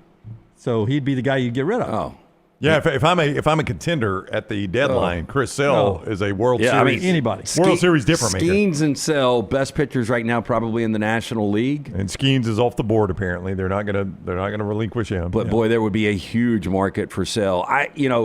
If you've won 5 of 6, which they have, and on the other side, the Mets have now lost 5 straight. You're 11 back. There is a fighting shot. I still just don't feel like this Braves team is going to be able to make a big impact. But I'm with EG. If it was my team, I really wouldn't want them to sell. Yeah, because going into the year, you felt like this team on paper is good enough to win to contend the Dodgers at least. Maybe not win it, but at least contend with the Dodgers. It has been a disappointing season. But if you get into the sell mode, how many parts do you sell off? Chris Sell obviously is not going to be there forever. Sean Murphy, you've got a great young catcher. Murphy is a good catcher who's still young. Maybe you trade one of your great catchers. Yeah, I don't know if you get to the Michael Harrises of the world. Yeah. Boy, you're trading some young talent at that point. Matt Olson, you wouldn't want to get rid of him. He's young and he's not having the best of years, but. Well, I was looking. I thought I saw that Mark Bowman, who covers the Braves for MLB.com, said Olson is off the board. They will not give him up. But I'm trying to find that on his Twitter timeline, and I can't find it. So Braves maybe I misread it. Already so critical when you gave up Freddie Freeman for Olson, and look, that worked out. Yeah, here it is. Mark Bowman, who covers the Braves MLB.com. Olson isn't going anywhere. If the Braves are sellers, Ozuna would bring the best return. Yep. I'm not going to keep him anyway. The time to move Albies was this past offseason. He won't draw much of a return, nor would 2-month rentals of Iglesias and Johnson. So that's a guy that covers the Braves on the day-to-day saying Olson ain't going anywhere. Yep. Doesn't go into Michael Harris Jr. He did not mention – I didn't see him mention Michael Harris Jr., no. I can keep digging back and see if he did prior to that. Austin Riley, no Michael Harris. Yeah. No Ronald Acuna, obviously. No, despite Ozuna. the injuries. Yeah, he says Ozuna's the best you're going to get. Yeah, I don't know if Ozuna draws what you want. There's some baggage there. Interesting. Some might be an understatement. But beating the Mets right now keeps them, to me, in the buyers column, or at least the not sellers column, going forward. More on that of the pennant race coming up later today. I've already mentioned the Rays. Okay, a couple more things for trash right here. The Dallas Cowboy cheerleaders. Most iconic cheerleaders in all the sports, would you say? Yeah. Yes. Yeah, gotta be.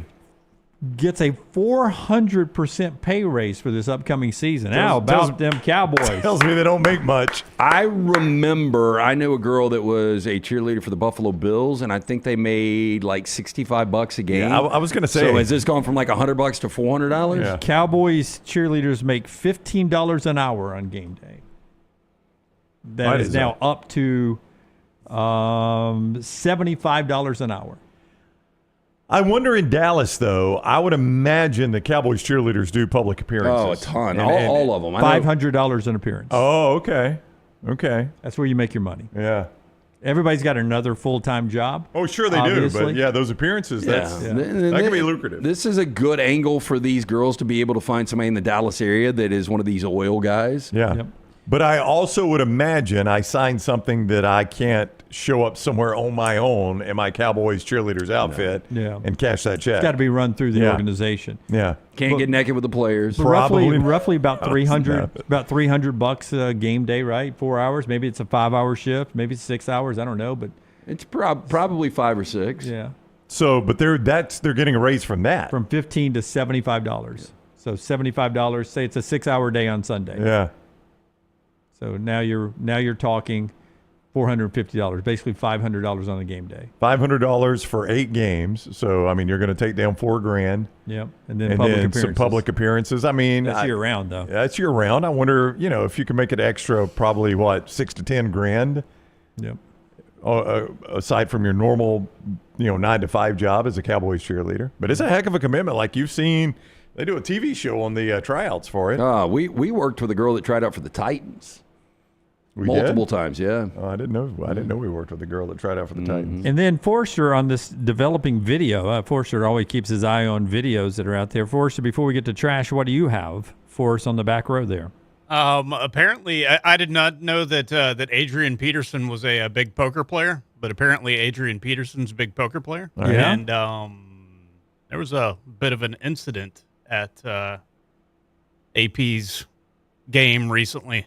Well, I tell you, if you're going to square up on Adrian Peterson, you better be. He's a hothead. Yeah, and he is. He ain't a small guy either.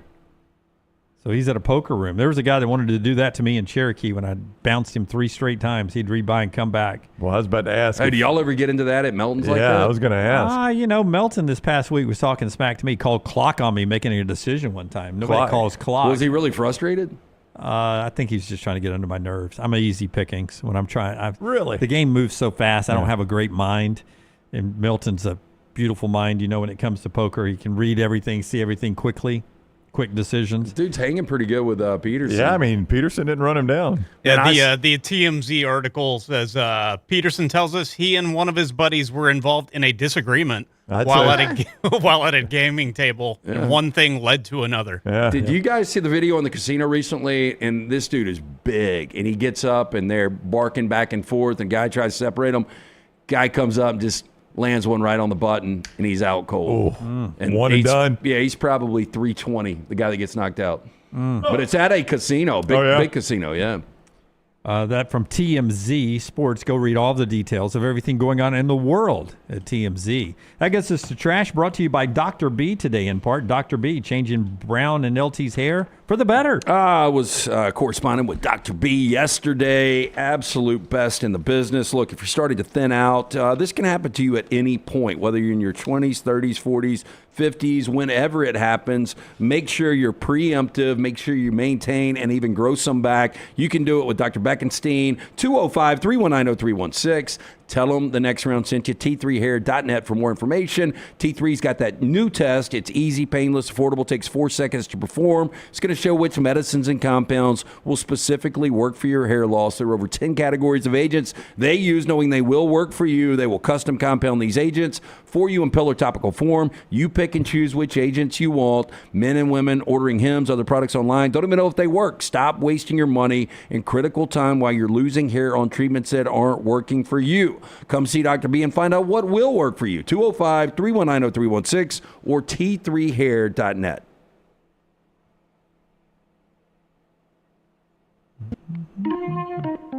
What is the charge? Eating a meal? A succulent Chinese meal?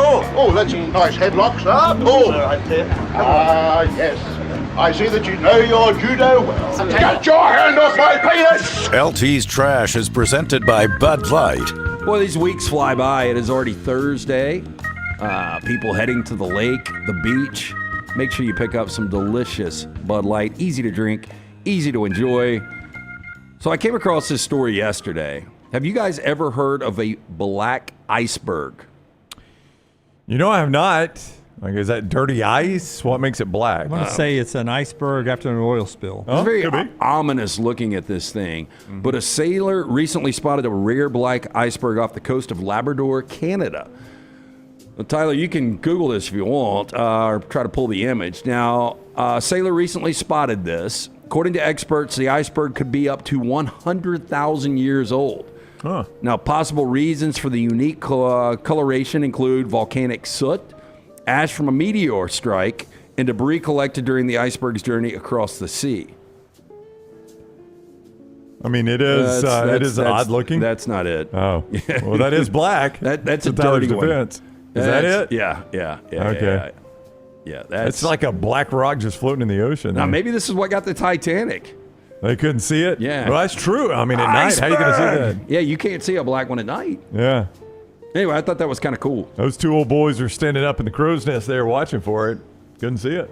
They had a bunch of brandy in their belly. That's the way the movie went, man. They were cold up there. I don't want to be particular here. I wouldn't call that black. I'd call that gray. Yeah, I'm with Dunaway. Yeah. I might go with when you buy clothes, they don't just call them gray, they call them like steel. Okay, here's the picture I got. Charcoal. That thing's black as night. That is black. Now that's at night too. That is at night. Yeah. That's weird. Not impressing, Dunaway. Inspired by Marvel Studios, the Fantastic Four First Steps, hitting theaters nationwide July 25th. Little Caesars today announced the introduction of a new Fantastic 4-and-out pizza at participating locations starting June 16th. You know who loves this is the Little Caesars employee. These things look like a pain to me. Oh my gosh, that's got to be annoying. Like they already throw a fit if you ask them, half can and we half? have like half and half toppings? Hey, can y'all drop another pepperoni jalapeno? We got 2 slices to fit into this one. This is the Chuck E. Cheese special right here, just recycling the old pizzas. Dude, I went a couple of months ago. Jack had a bunch of buddies over, and I was like, this is going to be clean, easy. Get them Little Caesars, pick it up, because there's a Little Caesars right there in that gas station over by us. Oh, yeah. So I went in there, and of course, a storm. This is going to shock you guys. A couple of months ago, storm comes rolling in when I'm there. But the dude was so baffled, like trying to hand out the pizzas, because everybody's waiting. There's a couple people in the lobby, a couple people that got their cars out front. And he comes out there, and he's just standing in the rain with a couple of pizzas. And I was like, I think those are mine. And he's like, okay. And he just handed them to me. I didn't know what was on them, but I'm like, you know what? A bunch of teenage boys, they can battle through it. Some of them have like, when you do a pickup order, they'll have like these like slots that you go in and you punch in a code. That's right. My code is this, and I take number 7. We like to limit human communication as much as possible at some of these places. Now, the Fantastic 4-and-out pizza features 8 slices made with the brand's signature crust, 2 slices each topped with classic cheese, pepperoni, Italian sausage and bacon, pepperoni and jalapeno, all for a suggested retail of $7.99. Now, alongside the debut of the limited-time Fantastic 4-and-out pizza, Marvel and Little Caesars created a set of 4 exclusive collectible pizza boxes, each featuring a different character. You guys collect pizza boxes, right? You know, I don't. I do burn them. But the key down at the bottom, spend $20 or more in-store or online between June 16th and August 10th and get $4 off a movie ticket. Now we're talking. Oh, now I'm interested. So if I buy $20 of pizza, I get $4 off a movie ticket. Yeah, so basically if I buy 3 pizzas from them, I'm getting $4 off a movie ticket, which is going to knock that down under $100. Yeah, you guys got to do the membership at AMC. Well, you know what I need to do first? I need to go to more than one movie every quarter. Top Gun Maverick, last movie I've been to. Yeah. So it doesn't surprise me. Dude, I've got 25 more episodes. I thought you went to see If. Oh, yeah, If, last movie I've been to. Yeah, I got 25 more episodes of Daisy Jones and the Six. 22-year-old fake dentist and 2 assistants have been charged by Czech police after treating dozens of patients using instructions found on the internet. You can find a lot of things on YouTube. Now, police said 3 family members opened a surgery without a license in their home 2 years ago, treated patients without, quote, any necessary professional knowledge. They added that a 22-year-old man extracted teeth, performed complex root canals, and applied anesthesia, drawing on information he obtained online. All pleaded guilty to a number of charges and face up to 8 years in prison. 50-year-old woman worked as a nurse, while a 44-year-old man produced prosthetic devices for patients. The illegal clinic treated dozens of patients and made around $185,000 U.S. dollars. Does this make you feel good with what's facing you this afternoon, Dunaway? I'm going to see a professional, so they thought that too. That's what they thought. Yeah. Do you know this guy? I do know this guy. He plays poker with us. Yeah, friends of the Meltdown as well. Oh, yeah. Dr. Brian, sponsor Alabama Dentistry on the Meltdown. Oh, but there you go. The other night, my mechanic was there playing poker, and my dentist, and it was the first time they had met, and I was like, Dr. Brian, hey, this is Brian, my mechanic. Brian, this is Brian, my dentist. Right. But I assume you wouldn't want the mechanic's fingers in your mouth, right? I wouldn't mind it. He knows his way around under the hood. How do you know? How do you know that the mechanic had sex, Tyler? The clean finger.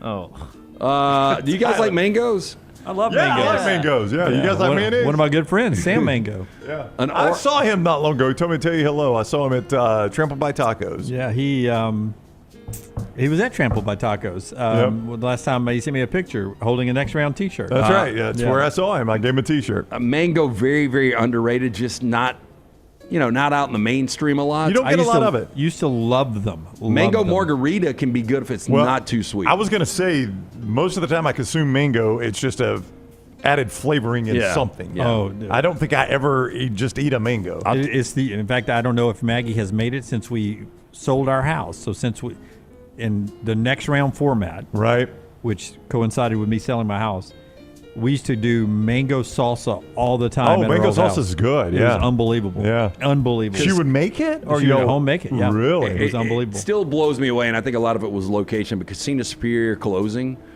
they had a mango frozen margarita that was freaking ridiculous. I don't know if you guys ever got that. So good. Did not. So, an argument over mangoes ended with a Florida man pulling a gun on another man and telling him, quote, "I'm going to shoot you." Yep. Rodrigo Blankenship. Menzabala, 29, has been accused of aggravated assault, deadly weapon on a person 65 or older. I don't know why that's important.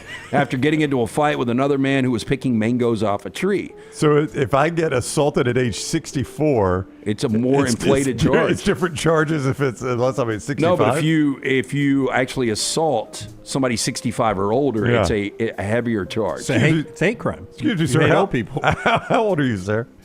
The elderly man was driving by a Miami home on Monday when he saw a mango tree outside, decided to go to the home and asked to pick some fruit. Police say a woman who greeted him allowed to take some mangoes. Boy, the balls on this guy knocking on somebody's door. Can I get your mangoes? The woman became impatient when he took a little bit longer and called Rodrigo to find out what was taking the man so long. CBS News reported, citing authorities, the man explained he had permission to pick the fruit. The woman confirmed she allowed him to take 2 or 3 mangoes. As the man walked to his car to leave, that's when he was followed. Somebody pulled out a black gun. Wow. He racked the slide and told the man, "I'm going to shoot you." Over mangoes. Police said then he allowed them to review his ring camera footage, which showed him grabbing a gun from his pocket.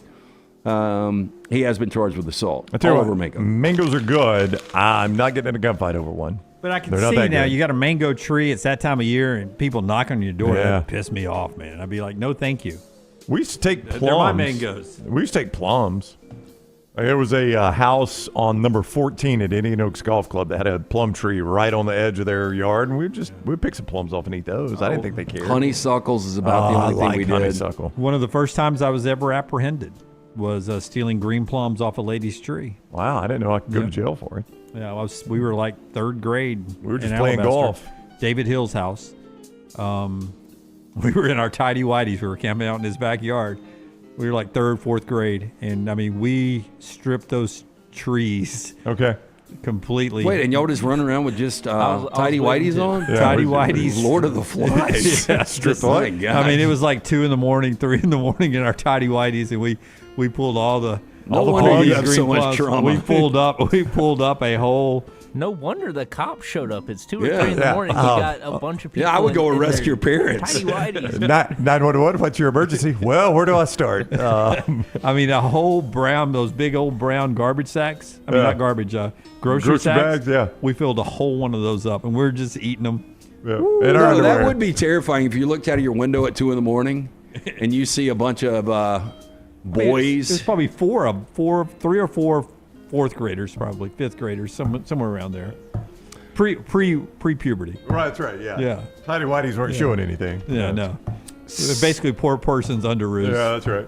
Sam Cooper had just trekked 7 miles through a rain-sodden stretch of the Appalachian Trail when he sat down outside of a little country store in Pennsylvania to take on its ice cream challenge. Nearly 40 minutes and 2,500 calories later, dairy farmer from Chapel Hill, Tennessee, was polishing off the final titanium sporkful of chocolate chip cookie dough on Tuesday, adding his name to the list of thru hikers who have celebrated the trail's halfway point by downing a half-gallon of ice cream. That's pretty cool. Now, by the end, Cooper 32, whose trail name is Pie Top, was calling the experience, quote, pure misery. I don't think anybody should be doing this. This is not healthy at all. All right, now, not cool. Ice cream challenge is thought to have begun more than 4 decades ago at the Pine Grove Furnace General Store, a few miles north of the current trail halfway point of the 2,197-mile trail. Thru hikers, as they're known, are the fraction of the trail's 3 million annual visitors who attempt to walk its entire length in a single continuous trip. As they slog their way north through the Virginia and Maryland, the ice cream challenge, regular topic of conversation among the thru hikers, its shelters, and campfires. I love ice cream. I do too. I'm starting to eat it a little bit more than I used to. I don't think I would want it on a 2,000-mile hike. No, I don't think so either, but that's a pretty cool thing that when you're at the halfway point, you eat half the thing of ice cream. Because did you say, I don't know if you said it in the story, it takes like 3 months to do the Appalachian Trail, right? Am I wrong about that? Oh, it's got to. That's a haul, man. It's pretty long. Yeah. I mean, 2,100 miles. Thru hikers want to attempt the record may only allow the $12 worth of ice cream to start to melt in the sun for a few minutes. Got to be timed. The ice cream challenge record is less than 4 minutes, set 2 years ago by a man with the name of Squirt. Oh, Squirt? Yeah. I mean, a half-gallon of ice cream in 4 minutes, Yeah. What kind of brain freeze would you get? A typical thru hiker takes 5 to 7 months to hike the entire Appalachian Trail. Missed it by a few weeks there, Yeah, only I said 3. You know what you ain't got I'm going at that fast. point, Brown? J-O-B? Yeah, you ain't got a job if you can take 5 to 7 minutes to hike and eat ice cream. You can take a hiatus from work. For 5 to 7 months? That's a good job. What are you, sabbatical? Some pastors take a sabbatical. I guess we had a former employee that did that a little bit. That is Trash Today show being brought to you in part by our friends at Gutter Cap. Tell us about Gutter Cap, man. Cap it, don't snap it. 205-823-2212. That is the number you need to call. Ask for Chris Stewart. 45% up the retail price right now. Look, a lot of rain in the area. You need to make sure the gutters are clean and free-flowing. The answer is Gutter Cap. Patent aluminum cover system fitting over most existing gutters that will keep everything out but the rainwater. 205-823-2212 or guttercapbirmingham.com. It looks like Texas. You got something Yeah, really important? No, really important. Go ahead. No, this is just a frivolity at the end of the show. Okay, save that. Okay. We'll need that because this is not Go. frivolity. Texas State looks like they're going to be the 8th football playing member in the Pac-12. 4 different TV networks. It looks like it will double the media buyout of what the schools that left the Mountain West was getting. They were getting just under $3 million a year. At least $7 million per school with the new Pac-12 media rights, according to reports. If Texas State leaves the Sun Belt, there are a number of teams that the Sun Belt is looking at. They've asked permission to talk to East Carolina, part of the American right now, I believe. Yeah. Western Kentucky, part of Conference USA, I believe. Jacksonville State's name is Come on the on list. Would you be interested in them leaving Conference USA for the Sun Belt? If you're Jacksonville State. Yeah, it's a step up, and there's better games, better 100%. rivalries. Yep. Yeah. It seems like a good fit. Yeah, I think Jack State would be great there. Middle Tennessee, Liberty, and La Tech. Yeah. La Tech's got a new president now. The old president and AD said the Sun Belt was beneath La Tech at one point, but they may circle back to them. Should UAB be on that list? Do you think UAB You've always said you think the Sun Belt's better for them. I just think that's such a good football playing conference. I just think they've lost so much steam. I don't know if anybody wants them. I mean, but you got to remember now, media market too helps them. I mean, I can't offhand remember all the Sun Belt media markets, but I would have to say Birmingham's the largest, right? Yeah. If you added Birmingham. Yeah, but if you actually break down Birmingham and look at Birmingham, I don't disagree. People that are watching UAB football, it's not a ton. Yeah. I mean, East Carolina, they're going to talk to them. They draw really well. East Carolina does for their home football games. Yeah. I bet if you looked at their average attendance, it's north of 30,000 fans a game, at ECU game. They had it kicking for a minute. I think Steve Logan, when he was there, had it kicking. Ruffin McNeil couldn't quite keep it going. I don't know if La Tech still draws well. They did at one point. Yeah, I mean, Skip Holtz was pretty successful in hindsight at La Tech. I mean, Jeff Blake was a great quarterback there. Gardner Minshew for a minute. Yeah. Boy, if I was Jack State and they did come knocking the Sun Belt, that would be tremendous. Yep. You'd be in there with Troy and South Alabama. Get the old Troy-Jack State game back as a rivalry game. Yeah, that Troy, be South Alabama, Georgia Southern. Yeah. I mean, Georgia State, just across the border. No. It'd be a good place for Jack State. I think it'd be good for UAB too, but I keep being told no every time I bring that up. Give me Jack State, though. If you could put Jack State in the Sun Belt as the old Jack State guy taking a heartbeat, that's a great spot for them. Yeah. We'll see if they come knocking on the Jack State door, if they go Western Kentucky, which would be a good fit, I guess, too. Seems like they were there at one point. All right. Fun show today. We appreciate it. Hey, we got some quick... No, I was just gonna bring it up because I saw it on Twitter. This day in 1991, I don't know if you guys remember watching this, but it was a Braves account that was showing it. Tom Glavine had to throw at Dale Murphy. Do y'all remember that happening?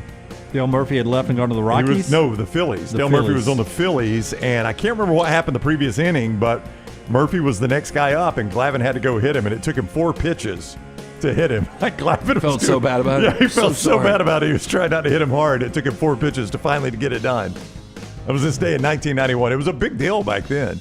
Yeah. I mean, Tom Glavine was like, man, I had to go throw at freaking Dale Murphy, and I knew my whole dugout was expecting me to do it. But it's Dale Murphy.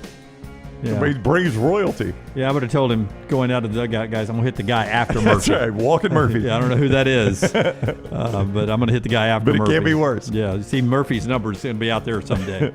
All right, that's it. Until next time, God bless you. God bless America.